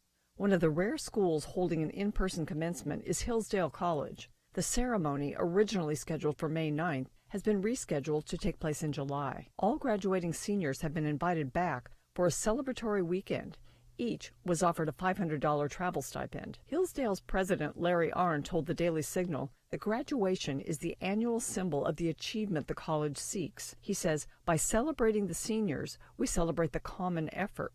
That effort includes the students themselves, their parents, teachers, supporters of the college, and the students' friends. In fact, he says, the community among the students is of prime importance, and that's why the school is making sure students, and hopefully many parents, will be together again to celebrate and say goodbye. And Hillsdale will open in the fall. The school is in Michigan, a state that has been very aggressive in its shutdown. Dr. Arnn says we have a right to have college. If somebody tries to stop us, we'll resist that. Hillsdale is prepared with equipment for disinfecting, thermometers, even ventilators, which Dr. Arnn doubts they'll need. Students and faculty have the option to participate remotely rather than return to campus. The college years are precious, says Larry Arnn. It's the time when you build the ability morally and intellectually to have a great life. This college has made a sound determination that the risk of the virus to college-age young people is not enough to interrupt that process. For Point of View, I'm Penna Dexter.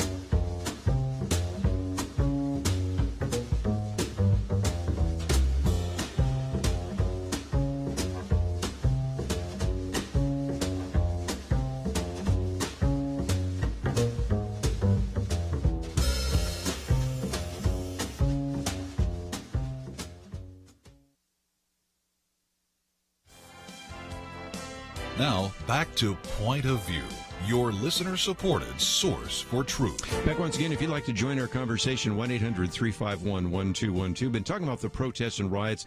Next hour, we will get into the pandemic in a little bit, but I just thought for a minute, and we probably will talk about this more in the next hour as well, that all this is happening during a political campaign.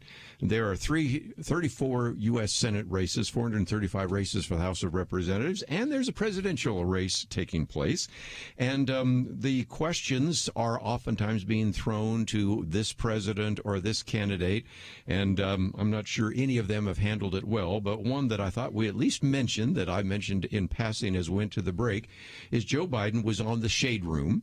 If you're not familiar with that, it's hosted by the actor Don Cheadle, and at one point he talked about the fact that about 10 to 15% of Americans are not very good. It does remind me of something that Hillary Clinton said last time. So, Kelly, any thoughts about that? Because that gets us into this issue. There are going to be 12 different governors' races. Some of these governors have been really locking down during the pandemic. Some of them maybe haven't responded appropriately, we think, for the riots. So some of this is going to be a campaign issue, isn't it? Well, I definitely think so. You've got a really incredible overlap, right? I mean, the the states who have these Democratic governors who were really locking down their state more than anybody else and insisting that churches be shut down and businesses be shut down and all this are the same places that didn't really quell the violence and the rioters at the beginning of the protests. So I think people are probably looking at that and thinking, there seems to be a difference here between the two parties, and that that's something to watch. I think what Biden said is it's just like the deplorables comment by Hillary Clinton. It sort of shows a little bit of an elitist and kind of a disdain for the American people, for a percentage of the American people, and essentially you take his math. I mean, he's essentially saying that maybe somewhere up to about 50 million Americans are just, bad people. And, I mean, that's his attitude. Well, that usually doesn't play well. I don't think the deplorables comment by Hillary Clinton played well. I just don't think Americans like to see the president judging the American people because it really reflects an attitude of superiority and arrogance that we don't really want in our leaders. Well, the definition of bad people is interesting, too, because this is a quote from Ben Shapiro, who's been making a lot of common sense during all of this rioting and quote-unquote protesting.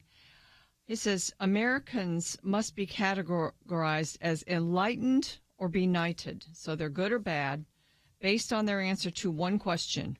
Was and is America rooted in racism and bigotry? If you think America is rooted in racism and bigotry, you're a good person. If you don't, you're a bad person. And so some of the comments that Joe Biden makes sort of make you think that that's sort of what he's basing his definitions on. It's, are we racist? Are we bad? Do we have to apologize for who we are? And, there's this whole now just outpouring of people out there protesting. So, I think they're trying to play into those sentiments that people are very upset about this, about George Floyd being killed by a policeman. But that does not say that America is a racist country. That does not equate to that. But that is the message that's being sent right now. And that's the definition of what the definition of good and bad is being based on. Yeah, I think, I think this will be one of those comments that Joe Biden, he's got a lot. He seems to be, usually he says things by mistake or, he's looking in the wrong camera or, Was this one a mistake? Forgotten where he is. This is one where I think he was really accurate with what he was trying to say. And I think, he wished he would have misspoke instead because I think it's going to be one that doesn't play well with the American people. I'm trying to remember Romney said something similar where he said... the 45%? Yeah, the 45%. Again, 47%. You notice how people don't say these things, they don't get elected. Because I really think it reveals something that Americans get, even though they can't explain, that they don't like.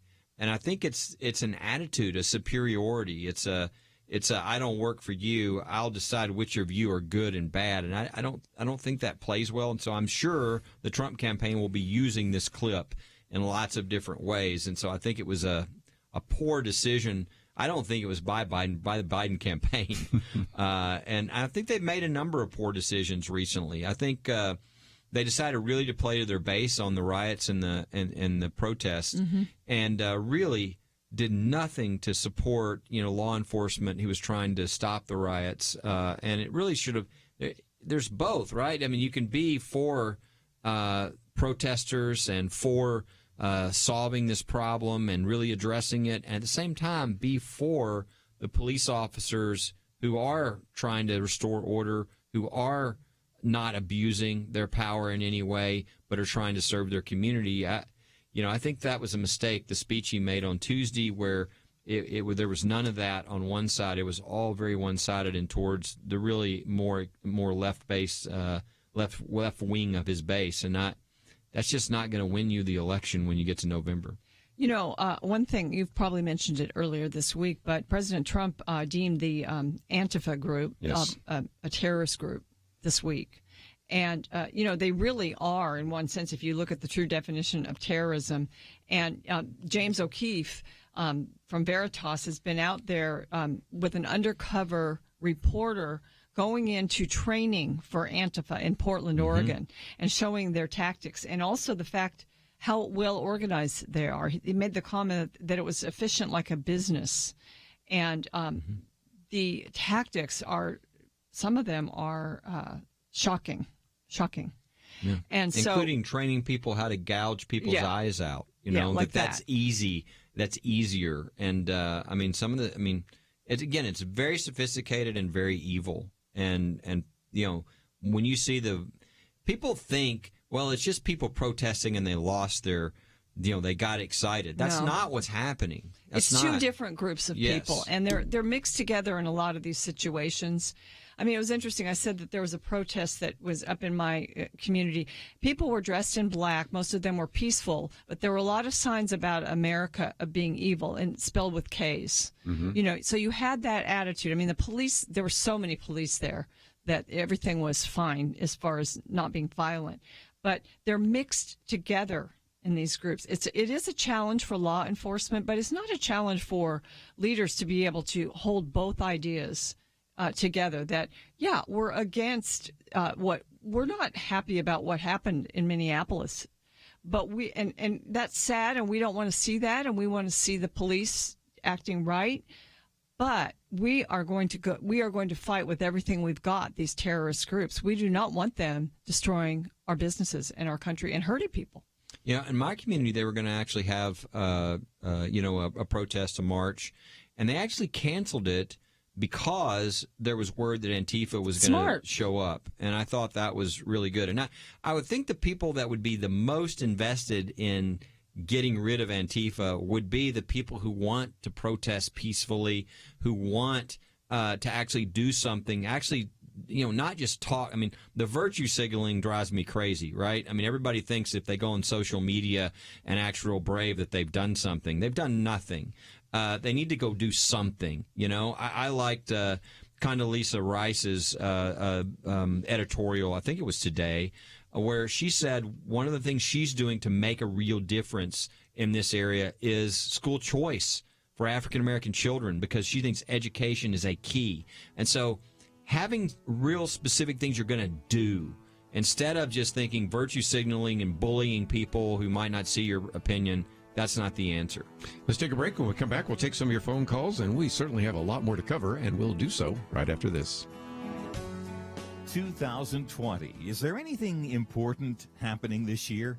Well, not unless you consider major disputes in various Christian denominations, international tensions over a flu epidemic, economic uncertainties, and a presidential election important. Question: where will you get real news, credible opinion, clear biblical thinking on the things that matter most? Answer: Point of View Radio with Kerby Anderson and the team. You can make sure their voices continue speaking loud and clear by taking a moment right now and joining the Truth Team. It's easy, but you do have to visit our website or make a quick call. Go to pointofview.net/team or call 800-347-5151. You have the power to make a difference. Joining the Truth Team can help ensure that millions of people will get a different opinion from the major purveyors of fake news. We don't get big advertising dollars like the networks or tax money like PBS. We depend on you. Pointofview.net/team and 800-347-5151. Point of View will continue after this.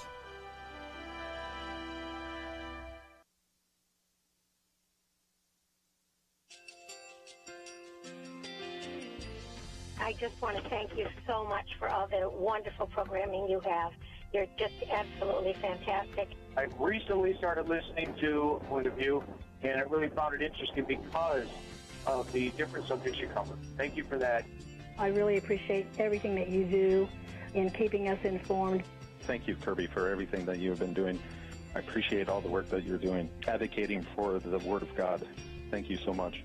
Point of View, I think, is absolutely necessary because it's a Christian perspective, a biblical worldview perspective, and receive very current, up-to-date information.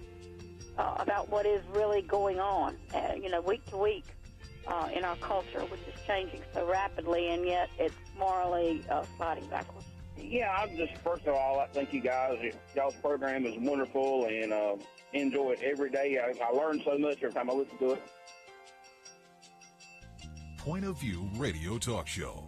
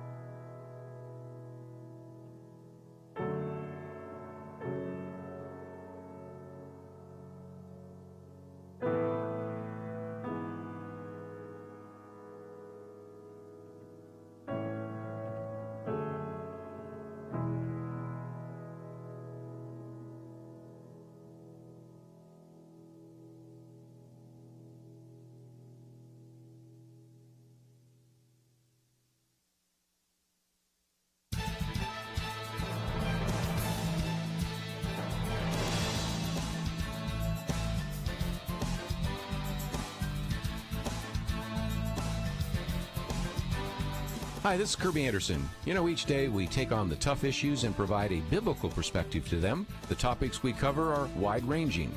Apologetics, theology, prophecy, creation and evolution, intelligent design, marriage, family, child-rearing, the millennial generation, trends in society, politics, economics, business, religious liberty, the Constitution, public policy, foreign policy, military policy, tensions in the Middle East, abortion, homosexuality, pornography, sexual ethics, media, technology, history, and America's godly heritage. We talk about anything that affects your faith, your family, or your freedom. So don't go anywhere, because Point of View continues right now.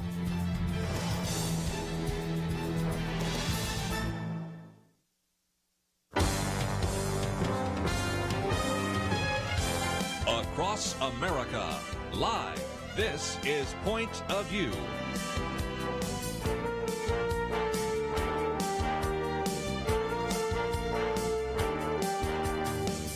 And now, Kerby Anderson. Weekend edition. If you'd like to join our conversation, 1-800-351-1212. Penna Dexter, Kelly Shackelford. Before this hour is over, we're going to get into some issues related to religious liberty. Some things happen in the campaign and a number of others. But at the moment, we've been talking about the protest and riots. So, Rick in Florida on the Good News Network, what would you like to add to our conversation today?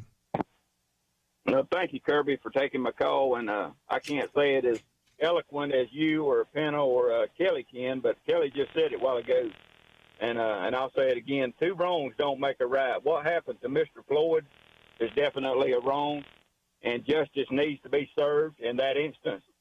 But also, protesting is not wrong, but rioting, looting, stealing, and killing is wrong, and justice needs to be served there. And I think the people are going to see that with the Democratic cities that we got going on, because they let that happen on Saturday night, and then come Sunday morning, they want to arrest the people that go to church. And, during the COVID-19, all of these big cities were shut down, nobody out in the streets and all that, but now they're letting them loose. And I think it's going to work to President Trump's benefit, and not only that, I think it's going to work to senators, and like you said, maybe some governors, and maybe the House of Representatives. We can take that back over on the Republican side. And how many Republicans do you see out there that are rioting? Yep. And there's two things that's going to help our country if we get back to it. One of it is capital punishment, and the second one is corporal punishment. If we'll start enforcing capital and corporal punishment again, they'd help turn America back around. But we're going in the wrong direction if we go after this.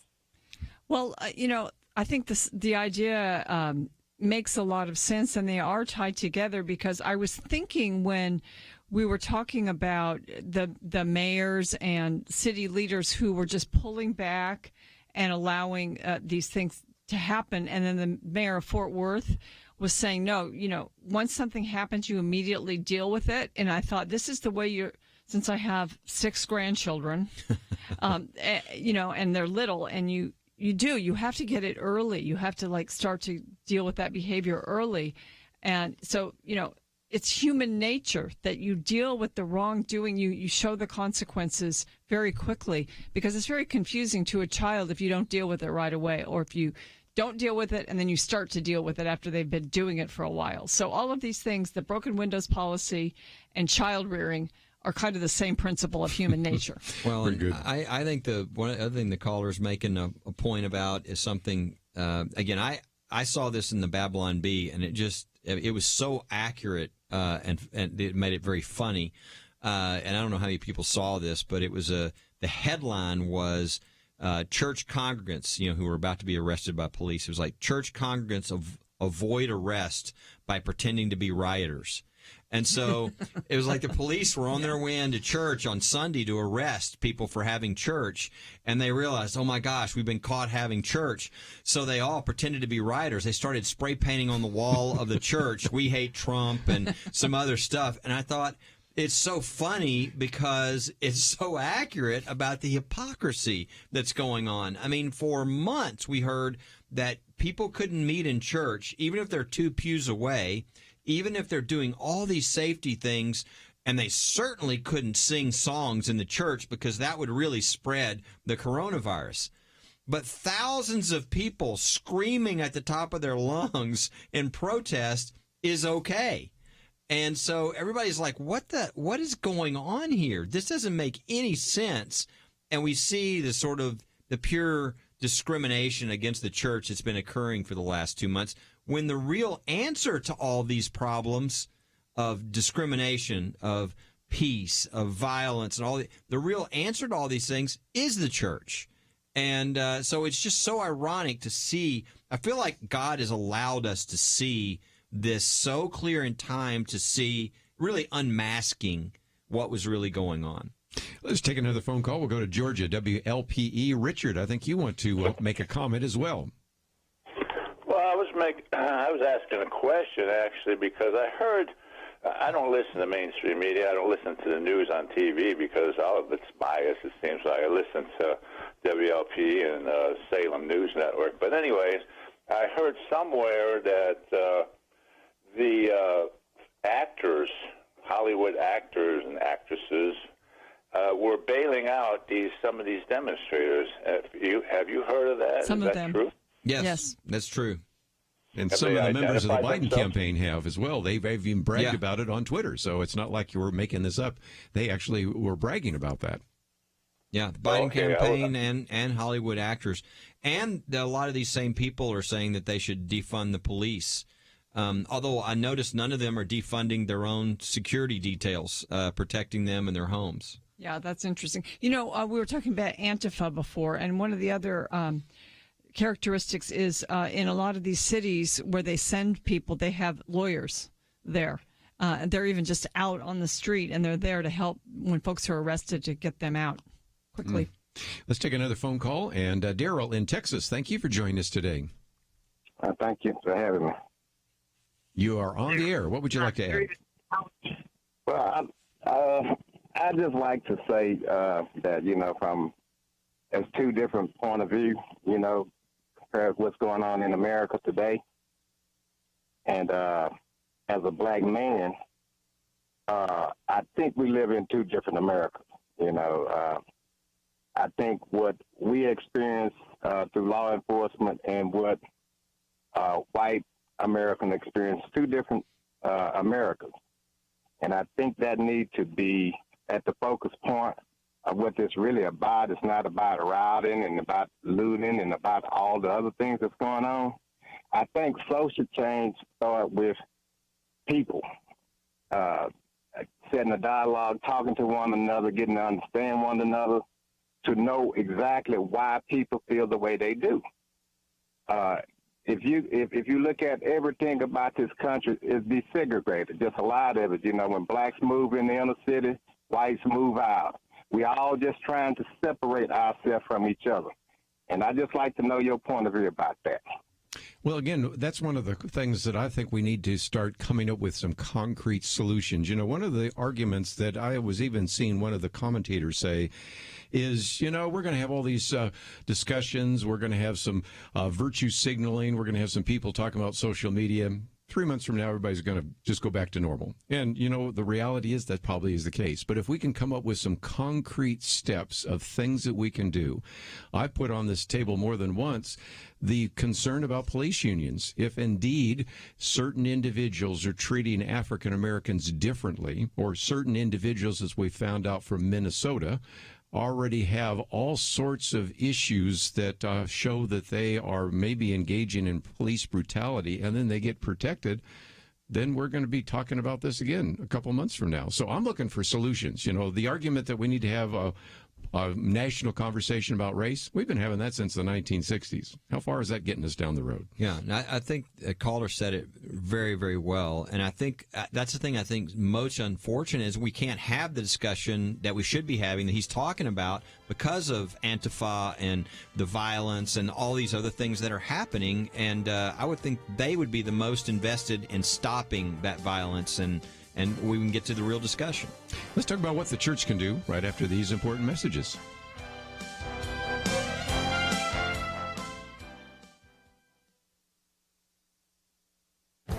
This is Viewpoints with Kerby Anderson. What What has been the cost of the coronavirus and the subsequent lockdown? We usually hear pundits talking about the lives lost and the jobs lost, but there is one way to understand how much has been lost. Christopher Roach reminds us in his article, Life is Risky, by providing a few responses to the argument that everything must be done to save just one life. He reminds us that we do not save every life now because it would be destructive. The moment you get into a car, you are taking a risk. He also adds that trying to save lives from one particular threat may increase the risk from others. We may use up resources that could be deployed against other risks. Currently, we worry about the coronavirus and generally ignore the 83,000 who die of diabetes or the 67,000 who die of drug overdoses. He suggests that one way to evaluate the cost-benefit of the national lockdown is to start with 20 million Americans who have lost their jobs, although the latest number is probably around 40 million. Multiply that by the average income of $50,000 a year, and you get an economic loss of $1 trillion. Add to that $2 trillion in stimulus bills, though the final total could be 3 times that. Then add the loss of paper wealth in the form of retirement accounts, and he comes up with a loss in excess of $5 trillion, though I suspect the amount is probably twice that. He then applies these very low estimates to the assumption that the lockdown saved 100,000 lives. That would mean the government's actions are 5 times higher than the benefit. If you assume it just saved 10,000 lives, then it is 50 times higher. As you can see, the cost-benefit ratio is quite high. This cost shouldn't be ignored when debating the lockdown and the reopening of the economy. I'm Kerby Anderson, and that's my point of view. For more information about issues covered on Viewpoints, visit pointofview.net. Pointofview.net.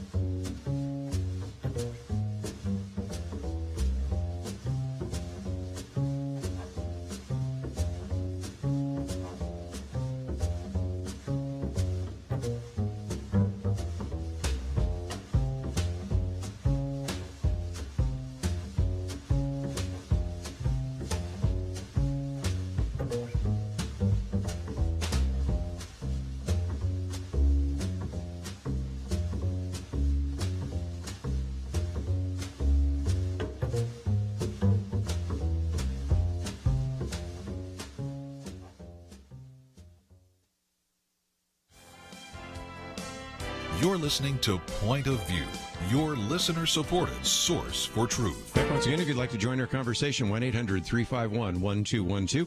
Penna Dexter, Kelly Shackelford. And what can the church do? Well, first of all, it seems to me that a white church really needs to work with a black church. And I've seen this with Tony Evans, and I've seen this with Northwest Bible Church. I've seen this with Watermark and a variety of others that have said, you know, I don't understand the situation enough, so we need to have a dialogue. We need to spend some time getting to know what the key issues are and how we can help one another. I think pastors need to talk about the fact that we're one race, one blood. That's what it says in Acts 17, and those kinds of things need to be addressed for sure. I just gave you a suggestion that if indeed we have a problem in which there maybe are police unions that are protecting bad cops, we need to look at that. I gave an example earlier in the week about the medical examiner for George Floyd conclude that there was no asphyxiation, but then the family had another autopsy, came to a different conclusion. So are the medical examiners sometimes not doing a good job of addressing that issue? But more importantly, we do need to change some attitudes. I've got a booklet coming out that points out that if you ask, are African Americans less intelligent than white? 50% of Americans say yes. Now, by the way, 30% of blacks say that as well, which is kind of interesting. Another one that I can use is that the graduates of college that send out resumes, they have found that if they have an African-sounding name, those individuals have to send out an additional 50% more resumes. So there's still some attitudes. They're maybe not racist, but they're racial stereotypes that we need to address. I think it's probably appropriate for the church and pastors to address some of those issues. Well, I think that's the only hope for real solution in this. I do think that people who study, social scientists and all these others who do real studies there needs to be an intelligent discussion of the problem, which we have seen very little of. We see terms thrown around like systemic racism, and I know you had the article, this week by McDonald I think it was in the Wall Street Journal, wasn't it? Mm-hmm. Where, again, she had the actual figures. I mean, since 2015, I think, every year it's been the same. A quarter of all the police killings are African American, the victims of those killings. And I say victims, I mean, sometimes these are people committing crimes and all this, but a quarter of the people that the police kill are African Americans. And people would say, oh, wow, that's only 13% of the population. It must be racism. The problem with that is 53% of all the homicides are committed by African Americans. So you would see that there would be a bigger number. So you got to look at the numbers and find out what's really happening before you try to solve a problem that really is maybe a different problem than you think it is. And so I think one of the problems is we're just not thinking through and looking at the data, looking at what's happening. Again, it could be just police brutality in general, right, is something that happens against white and black. Maybe it happens in a non-death situation more, but certainly in the data we have right now, it just doesn't bear out that a larger percentage of African Americans are being killed by police than white Americans that are involved in any sort of criminal activity or allegation of criminal activity. So I think step one is let's really look into the problem and figure out the answers. But I do think there's clearly a problem with racial stereotypes and racism and things that lead to where many African Americans are pulled over, right? And all those types of things that are clearly going on.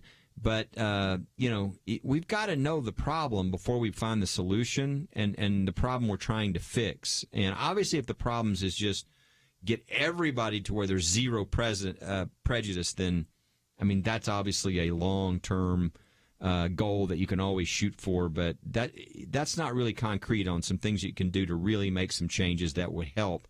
That, again, makes sense based upon the data you're looking at and what you're trying to solve. Certainly defunding the police shows that effort shows the absolute foolishness of just operating out of emotion, not knowing what the problem is, not knowing if your solution is going to make it much, much worse, which it would. So there needs to be more discussion and more. And again, it's a shame that and Antifa and the terrorist groups and all these people that brought the violence and the looting into the protesting really have just kind of wiped that off to where it's difficult to have any sort of discussion because they want insurrection. They want to overthrow the country. They have a totally different agenda than the other people who are really trying to solve, the problems that they're seeing. Right after the killing of George Floyd, I noticed some churches were beginning to hold kind of times and discussions and even talk about getting involved in protests. I just in our local area, I heard about some of those, and I thought, in one sense, that sentiment is, their sentiment is to, I think, foment unity and a discussion, as we were talking about. But as always happens with protests, a few bad actors take advantage of them. It's either the Antifas of the world or just people who want to go in and get their shoes out of the shoe store, so they're going to go break down the window. So, I could already feel it and see it and think, is that the best thing for churches to be doing? Public protesting, encouraging their members to do that. I mean, some people are probably going to disagree with this, but I don't think it is. I think that right now in the atmosphere we're in, where the left takes advantage and jumps in, it's a way for the leftist ideas to infiltrate the church. So I think an emphasis on compassion, yes, and also humanity, that we're all human beings, as our caller said, and the unity in the body of Christ. And then one other area I think is very important that we can all agree on is the importance of families and fathers in the home. And churches, it's been an uphill battle for churches as the family, the nuclear family, has been attacked by the culture and even the courts in our country. And so, the church is the only place now and I don't know that they're doing it as much as I expected them to. After Obergefell, I expected churches to go the other way and really double down. They haven't. Yeah.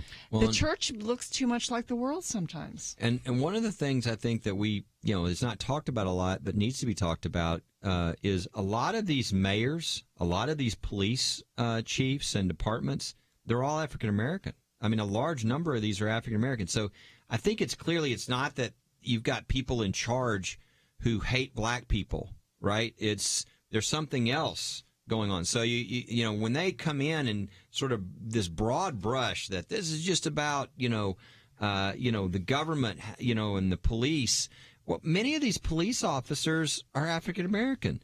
The police chiefs of many of these major cities, are African American. So the simplistic sort of approach, you need to really find out what the facts are. Then you can actually solve the problem that you're trying to solve. But I just think there's so much, again, it's mainly virtue signaling, and I feel moral. And a lot of these people are people who aren't in the church, so they don't have any moral positions to stand on, and this is their chance. Mm-hmm. The church is the true compass for good and evil, and for because God knows, and God hates this type of stuff that we're seeing, and the church needs to be a part of the solution. But we do need to, not be led in directions that are not based upon what's really going on or the facts, or we need to look a little more with thought, right? I mean, again, think about the cities that we're talking about that are having the major problems, and look at the complexion of the people leading those places. It's not white people leading these inner city police departments and mayors in most places. And so that shows you it's not as simplistic as people are trying to make it. And that's kind of messed up the, if you will, progressive meme, because you have George Floyd and Philando Castile both killed in Minneapolis, which maybe isn't San Francisco, but is pretty liberal. Eric Garner killed in New York City. You have Freddie Gray killed in Baltimore. These are all tragic deaths, but every single one of those are in the blue cities, in most cases blue states, where, like you said, in many cases you have certainly Democrats, but in most cases African Americans in charge as well.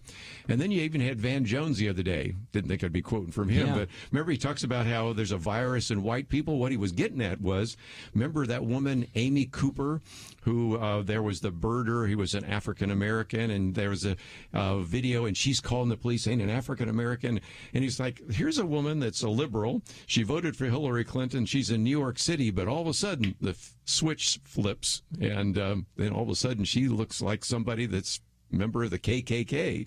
And all of this kind of hurts the kind of, well, it's only the rednecks in the South that are, having racial attitudes. And it's, I think, an illustration of really, again, what the church can and should do in the future. So good points. Anyway, we need to take a break, and we have some more calls. We'll take some of those. But Kelly Shackelford, I just got to get your thoughts about religious liberty and the Chief Justice, John Roberts. What is up with that? So we'll talk about some of those issues right after these important messages.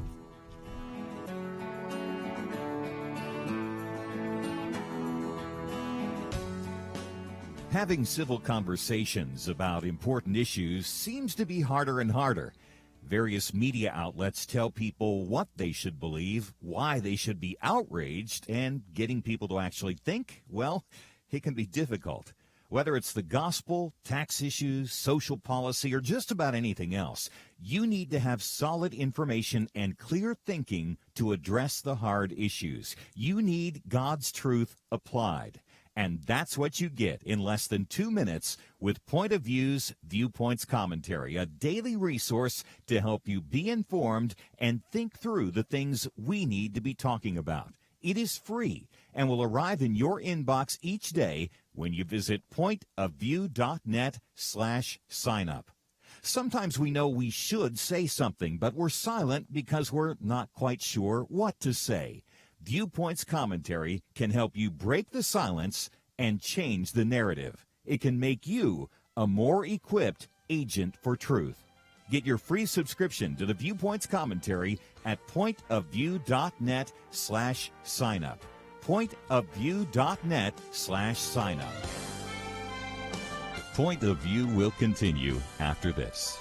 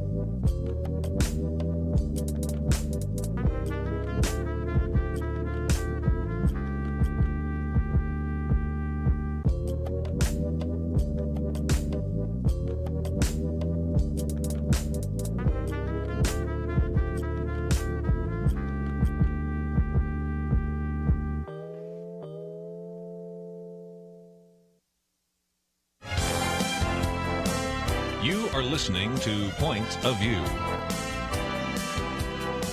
The opinions expressed on Point of View do not necessarily reflect the views of the management or staff of this station. And now, here again is Kerby Anderson. Final half hour, if you'd like to join our conversation, 1-800-351-1212. We'll get to some of those phone calls in just a minute. Penna Dexter, Kelly Shackelford. But, Kelly, I did want to at least get your comments. I've saved this all week because last Friday, after we were on the program, we then had a decision that came down, and not surprising that Ruth Bader Ginsburg, Stephen Breyer, Sonia Sotomayor, and Elena Kagan declined to uphold religious liberty. The shock for me was, and I know for you, was that they were joined by Chief Justice John Roberts, and this is a case that you've been following, and again, it gets back to whether or not these churches could open, and it really was a decision not to decide, but still, give us some background why that's such a concern. Well, basically what happened here is you had some attorneys from California bring a lawsuit on behalf of a church there. What had been happening in California is churches were not allowed to meet and were even told that they might not be able to meet again until the winter. And so they brought a lawsuit. Well, if you looked at the order there from the governor, it allowed you to, like, go to your laundromat.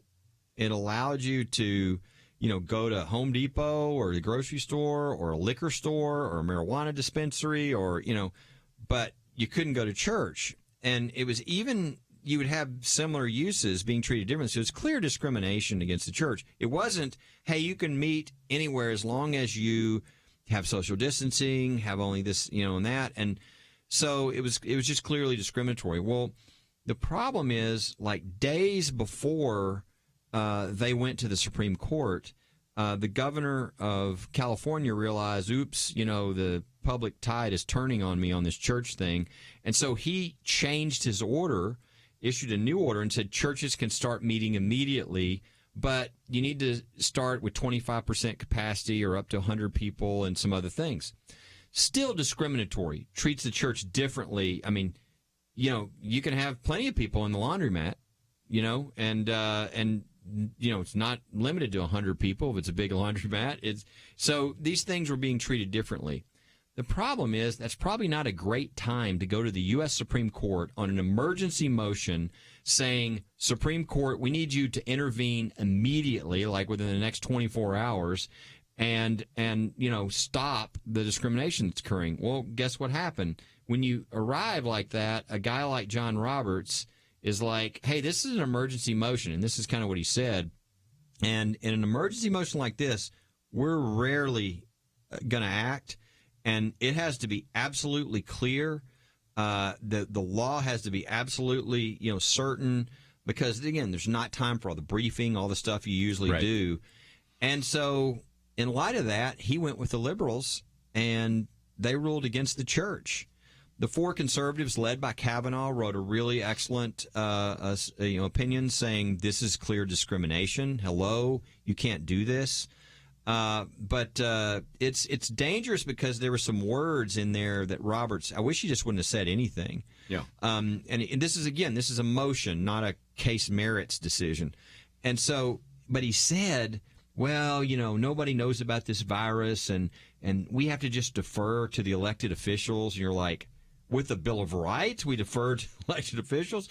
So it was some stuff that, somebody would try to use to say, well, the government can do whatever it wants to your church and to your religious freedoms and to all of your constitutional rights. I don't think that's what he meant. But so the good news is this is not a merits decision. Therefore, it's not precedent. But the bad news is it really does sort of fuzz up the lines. I mean, it confuses. We had been very painstaking in filing lawsuits one by one in the right place at the right time and winning really good decisions for protecting the church during a pandemic. We had won every lawsuit we filed, but when somebody files another lawsuit in California and they go up too quickly and they get this kind of a ruling on a motion, it confuses, and people are going to cite to this to say that they can do things. So our goal at First Liberty is to get another case. We've got lots of churches we're representing. Get one up to the Supreme Court where we can have a merits decision, not an emergency decision, because Roberts has always been on the side of religious liberty in every merits decision, And we would hope, pray for us, please, everybody's listening, that we get one of those cases, that God will provide that perfect timing and everything so we can get one up there so we can really wipe out the bad parts of this other, and it can be clear that the church is fully protected during a pandemic, and this type of discrimination should never be allowed. One of the things Robert said that was really, it shows he's never been to a laundromat. He said, he said in his opinion, in his deal, the reason why this wasn't discrimination was that the uses of what they were allowing open were different. And again, he was talking about like laundromats and restaurants and et cetera to churches. He said, because churches are places where people congregate and stay for longer periods of time. I want you to think about that. You sit around a long time in a laundromat, okay? The idea that churches or laundromats are just places where you don't hang out and gather together and sit around for a long period of time shows he's never been in to a laundromat before. And so I think he made some mistakes in what he said, but it's something we really need to clear up, I think, for the future. We don't want to come out of the pandemic with a bunch of confusion about whether the church and the First Amendment now can be basically suspended whenever a governor, a mayor, whoever says, oh, there's an emergency. And that's the danger to going in the wrong direction. We had created all this good precedent that's on the merits. And so that's the good news. We've got things to cite to that are really good. But this, it's a motions thing, not a merits thing, but it's not good to have out there. Yeah. Again, our Constitution principally entrusts the safety and health of the people to the politically accountable officials of the states. And that doesn't sound so good. And also the idea that, we've got to be if a little bit different, religious gatherings should be restricted because they're kind of like more like lectures and concerts and theater productions. It's like entertainment. Yeah. They're putting it in that category. Oh, boy. Yeah, not a good thing. If people want that, they can go to First Liberty's website. Yeah. We have the information on that. And on the other cases, too, all the victories and the decisions that were handed down. So it's something that we need to be praying about because it is important for the future. You know, I will say that it's been interesting how religious liberty has been sort of a key linchpin in protecting freedoms and liberties during this. I don't think most Americans would have thought of it that way, but because there is an actual constitutional protection for religious liberty, other people are just so upset because some of their freedoms have been curtailed during this, especially their freedom to operate their business. So it's been a leading edge, and you all picked up that mantle and ran with it. Well, it's really funny because the main argument being made, and it was made in California, is that during an emergency like this is their argument. I promise you, I'm not stretching it. This is an old case that they're using to make this argument. But during an emergency, the government can strip all of your constitutional rights away as long as it is acting in good faith. Yeah. That's the argument, and that's really scary. And so I've been called by a lot of business leaders around the country saying, we're seeing that you're winning all of your lawsuits on the behalf of the church. Our businesses are being destroyed. Should we file a lawsuit here? And I've told them, no, you shouldn't, because while you have rights as a business, you can't compare to the rights that the church has. The church has the fundamental right of free speech, the fundamental right of freedom of assembly, the fundamental right of free exercise of religion. If the church can't win, you have no chance of winning. And so one of the coolest things to watch is we've always said religious freedom is our first freedom. But during this pandemic, every time we've won one of these lawsuits, and we've won, 10, 11, however many, every time we've won, the church wins, and usually within days, sometimes it's a week, the businesses are opened up. And so it's amazing how that religious freedom leads to everybody's freedom being opened back up. And that's exactly what our founders knew when they called it our first freedom. When I go to your website at firstliberty.org, you have that article that was in Newsweek. And that was kind of your argument, if I can summarize Kelly Shackelford in front of him. Wasn't that kind of his argument that, in a sense, the churches lead the way to open up the rest of the economy? Yes, that's right. And so, I don't know. It's just, you've got an appropriate name now. Yeah, First Liberty. First Liberty. Very descriptive. And that's what people can see. And they can see, and it's really the answer to the situation we're dealing with George Floyd, It's the answer that we're dealing with the riots. And really, it's this, the governors, when they did these orders, what they decided, they didn't know this, but what they were saying is the things that are essential are materialism. Yeah. Okay? Well, the things that aren't essential are things like character, trust, love, liberty, freedom, peace. Those are immaterial things, right? And so, but now they're saying it's wokeism and social justice. That's the essential. That's the essence of who we are as a country, those things. And so it was really foolish. And the church is the one who undergirds all those things. Let's take a break. When we come back, we'll pick up some of those phone calls. Thank you for waiting. We'll get to those right after this.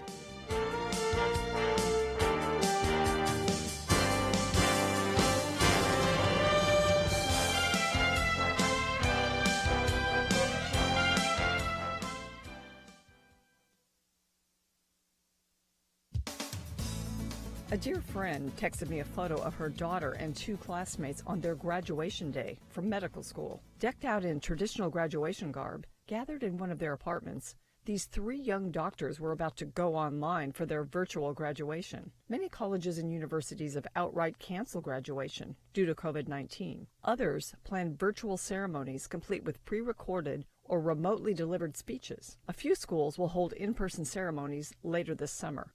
One of the rare schools holding an in-person commencement is Hillsdale College. The ceremony, originally scheduled for May 9th, has been rescheduled to take place in July. All graduating seniors have been invited back for a celebratory weekend.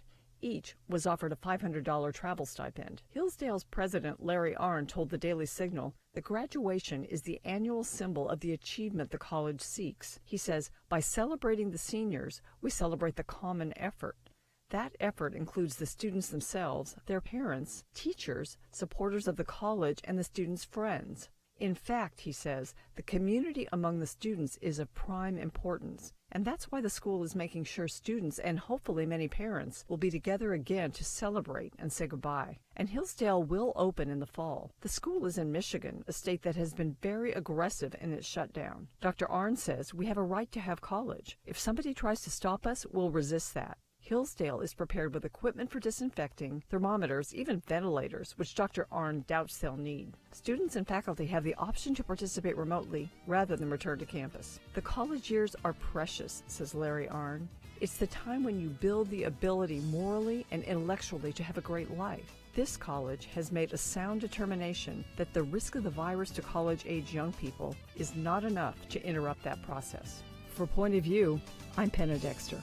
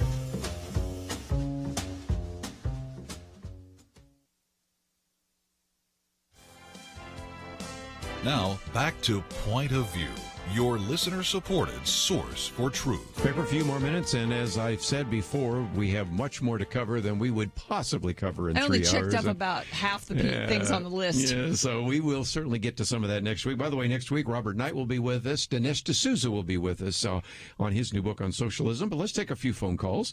Fran in Georgia, WLPE. Thank you, Fran, for waiting. Would love to hear your comments. Hi. Well, I didn't call about First Liberty to begin with, but I want to thank you for clarifying the decision. I was rather shocked by Justice Roberts' decision on that one, too. But what I called about was that unions, first of all, I heard twice that the police unions have protected bad cops. I think collective bargaining began some 100 or plus years ago because there were things that needed to be corrected in industry. But we've gotten to the place now where the unions are so powerful, they don't always even represent the people there that are members. They don't always represent the best interest of their members, and they certainly often don't represent the best interest of the community. Around here, we've been trying to pass school choice, and the teachers union and the Board of Education has fought it. And I see here, many people are for school choice. These children need to be able to go somewhere where they can get a decent education. If the public schools can't fix it and can't provide it, it's not our fault if they fail. Good point. But anyway, The other thing is that peaceful protests. We had 3 peaceful protests here in Augusta. And somebody complimented that, and I saw on social media somebody saying, wait a minute, if you think that it was good that the peaceful protest didn't turn violent, you don't get it. Yeah, there we go. Yes, we do. That's the problem, because some have an alternative message. Let me just mention real quickly that since I've been the one bringing up this idea of the police unions, this is not exactly a left-right issue. I just looked right now. You can type in, and I just did, abolish police unions, Center for Public Integrity, somewhat left of center. New Republic, I think, probably would be there. Washington Examiner, right of center. National Review, certainly John Funn, that would be right of center. Reason, that would be libertarian. I mean, there are just a lot of individuals, both left, right, and center, that are saying we need to just take another look at this whole idea of police unions, and have they in some cases, not all, and we're not painting with a broad brush at all, but have they in some cases allowed bad cops to continue? And if indeed that is one of the reasons why George Floyd died, can we not put that on as an agenda item to talk about, so that 3 months from now, when probably everybody forgets about everything we're talking about here today, something concrete and positive is actually taking place? Is the answer, one thing would be, is the answer not to have those kinds of unions? A lot of times public sector unions can be a problem because there's kind of two sides to it. But, or just, to have a discussion and begin some reforms. Some regulatory Again, if your argument action is we need to have a conversation, sure, I'm ready to have a conversation. We've been having that for decades. Since I'm the old guy around the table. I remember back in the 60s having a conversation about race. But let's do some other things as well. And if indeed one of the issues, as you're concerned about some police are indeed not necessarily accountable, let's deal with accountability. That's better than the solution of defund the police, right? Yeah, the defund the police stuff, I mean, and again, people just tuning in, it's not like we found somebody in one city in some random place. I mean, this is the leading, push right now all across the country. And we have mayors saying they're going to do this. And Minnesota and Los Angeles and all across the country talking about defunding the police, which is just crazy. But that's the main solution they have now. Here's the reality, I think. And again, I think we need to get down to what the root issue is. I mean, what is the problem that we're really seeing, and what does the data show us, instead of what we think or anecdotes and these type of things. But I think what we would probably find is that the real problem, it just takes a lot of work and people don't want to do it. Mm-hmm. And that's the community having a really good relationship with the city, the police. I know a number of churches that do that. I mean, for instance, and this is why our church is so crucial. I mean, if the churches, I was watching some film the other day. It was when the riots were the worst. It was when things were really bad. I think it was Philadelphia, but I'm not sure. But there was a police barricade line that would not allow people to get so close. I don't know if it was the main city hall building or the police building, but they were letting people through. And who were they? They were people with collars, and they were pastors. A number of pastors from their city, most of them were African American, were walking, and as they were walking through, they were stopping to hug the police officers. Again, they're fighting the coronavirus social distancing, but we won't talk about that. But they were white officers, and it didn't matter. They were loving them. They were coming through, and the police were letting them through because they knew that group was coming to pray, and they let them pray. You know what? If your church is connected to your police chief, to your city, and they're talking these issues as they're happening, and they know each other. It's not that I can throw bombs at this person because I don't know who they are. I mean, that's when you'll see things really, you'll see it's a community. You're all a family, and you treat people differently. That's the real answer to a lot of these problems, but it takes a lot of work, and it takes effort, and sometimes people would rather just throw rocks or virtue signal on their social media site and think they've done something great when those type answers. Condoleezza Rice's editorial today, I think in the Washington Post is where it was, it says one of the things she's focusing on the real answer to a lot of these issues is school choice. She said if African Americans are seen as more educated, it makes a difference in how they're perceived. That's just one. She said that that's just one thing, but that's her thing.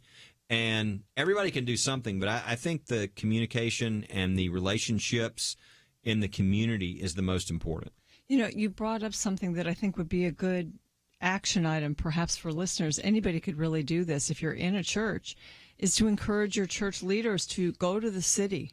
Go to your city that you live in. How can we help? How can we be a positive? What do you need us to do? I mean, every church could do that. Now, let me tell you one thing that real quickly that I saw that you can do individually, that this happened. We had somebody that is a police officer, and she's married to a SWAT team member, and she was very concerned, asked all of our First Liberty employees to pray for her. She said she'd always loved her job, always loved what she did, and loved serving the community. But for the first time, she was really struggling because of all these things and what was happening to police.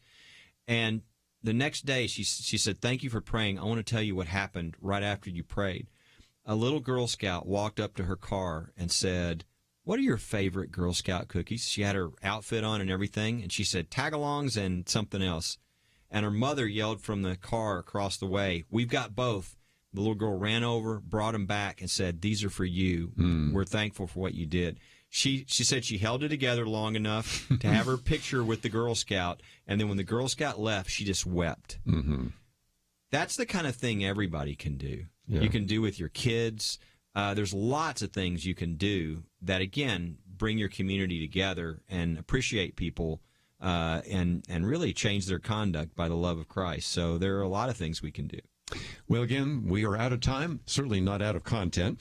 Let me just mention Penna Dexter's Viewpoints commentary today is on the Hillsdale graduation, and you can read that. And if you haven't signed up, you can actually sign up right now, and you'll receive it in your inbox on Saturday. We have posted a lot of articles, and let me also point you to First Liberty. Look at all those successes they've had, but those successes are expensive, and I know as they come to the end of their fiscal year, they need your financial support as well. So we want to, again, feature them. And you can simply go to firstliberty.org, and you'll take any donation that you can get, right? We will. It's a key time for us. Yeah.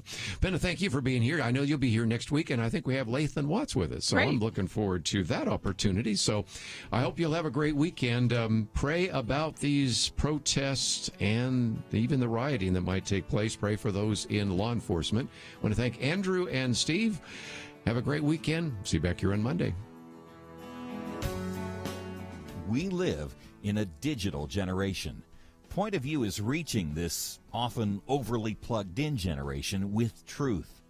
You can keep up with us 24 hours a day using your phone, your tablet, your laptop, or your desktop. Search for the Point of View Radio Talk Show on Facebook, where you can keep up with today's issues, learn about current and upcoming guests by liking us on Facebook. Also, follow us on Twitter. Our handle is @Point of View RTS. That stands for Point of View Radio Talk Show. Learn, interact, make a difference with Point of View using new media. And here's one way you can make a big difference. Help us increase our reach by spreading the word among your friends. Share a Facebook post. Tag us in a tweet. With enough joining us to plant seeds, we'll see a tremendous harvest. Come on, it only takes a minute. Search for Point of View Radio Talk Show on Facebook, @Point of View RTS on Twitter, and subscribe to the Point of View Radio Talk Show channel on YouTube. Learn, interact, share. The Point of View Radio Talk Show. Point of View is produced by Point of View Ministries.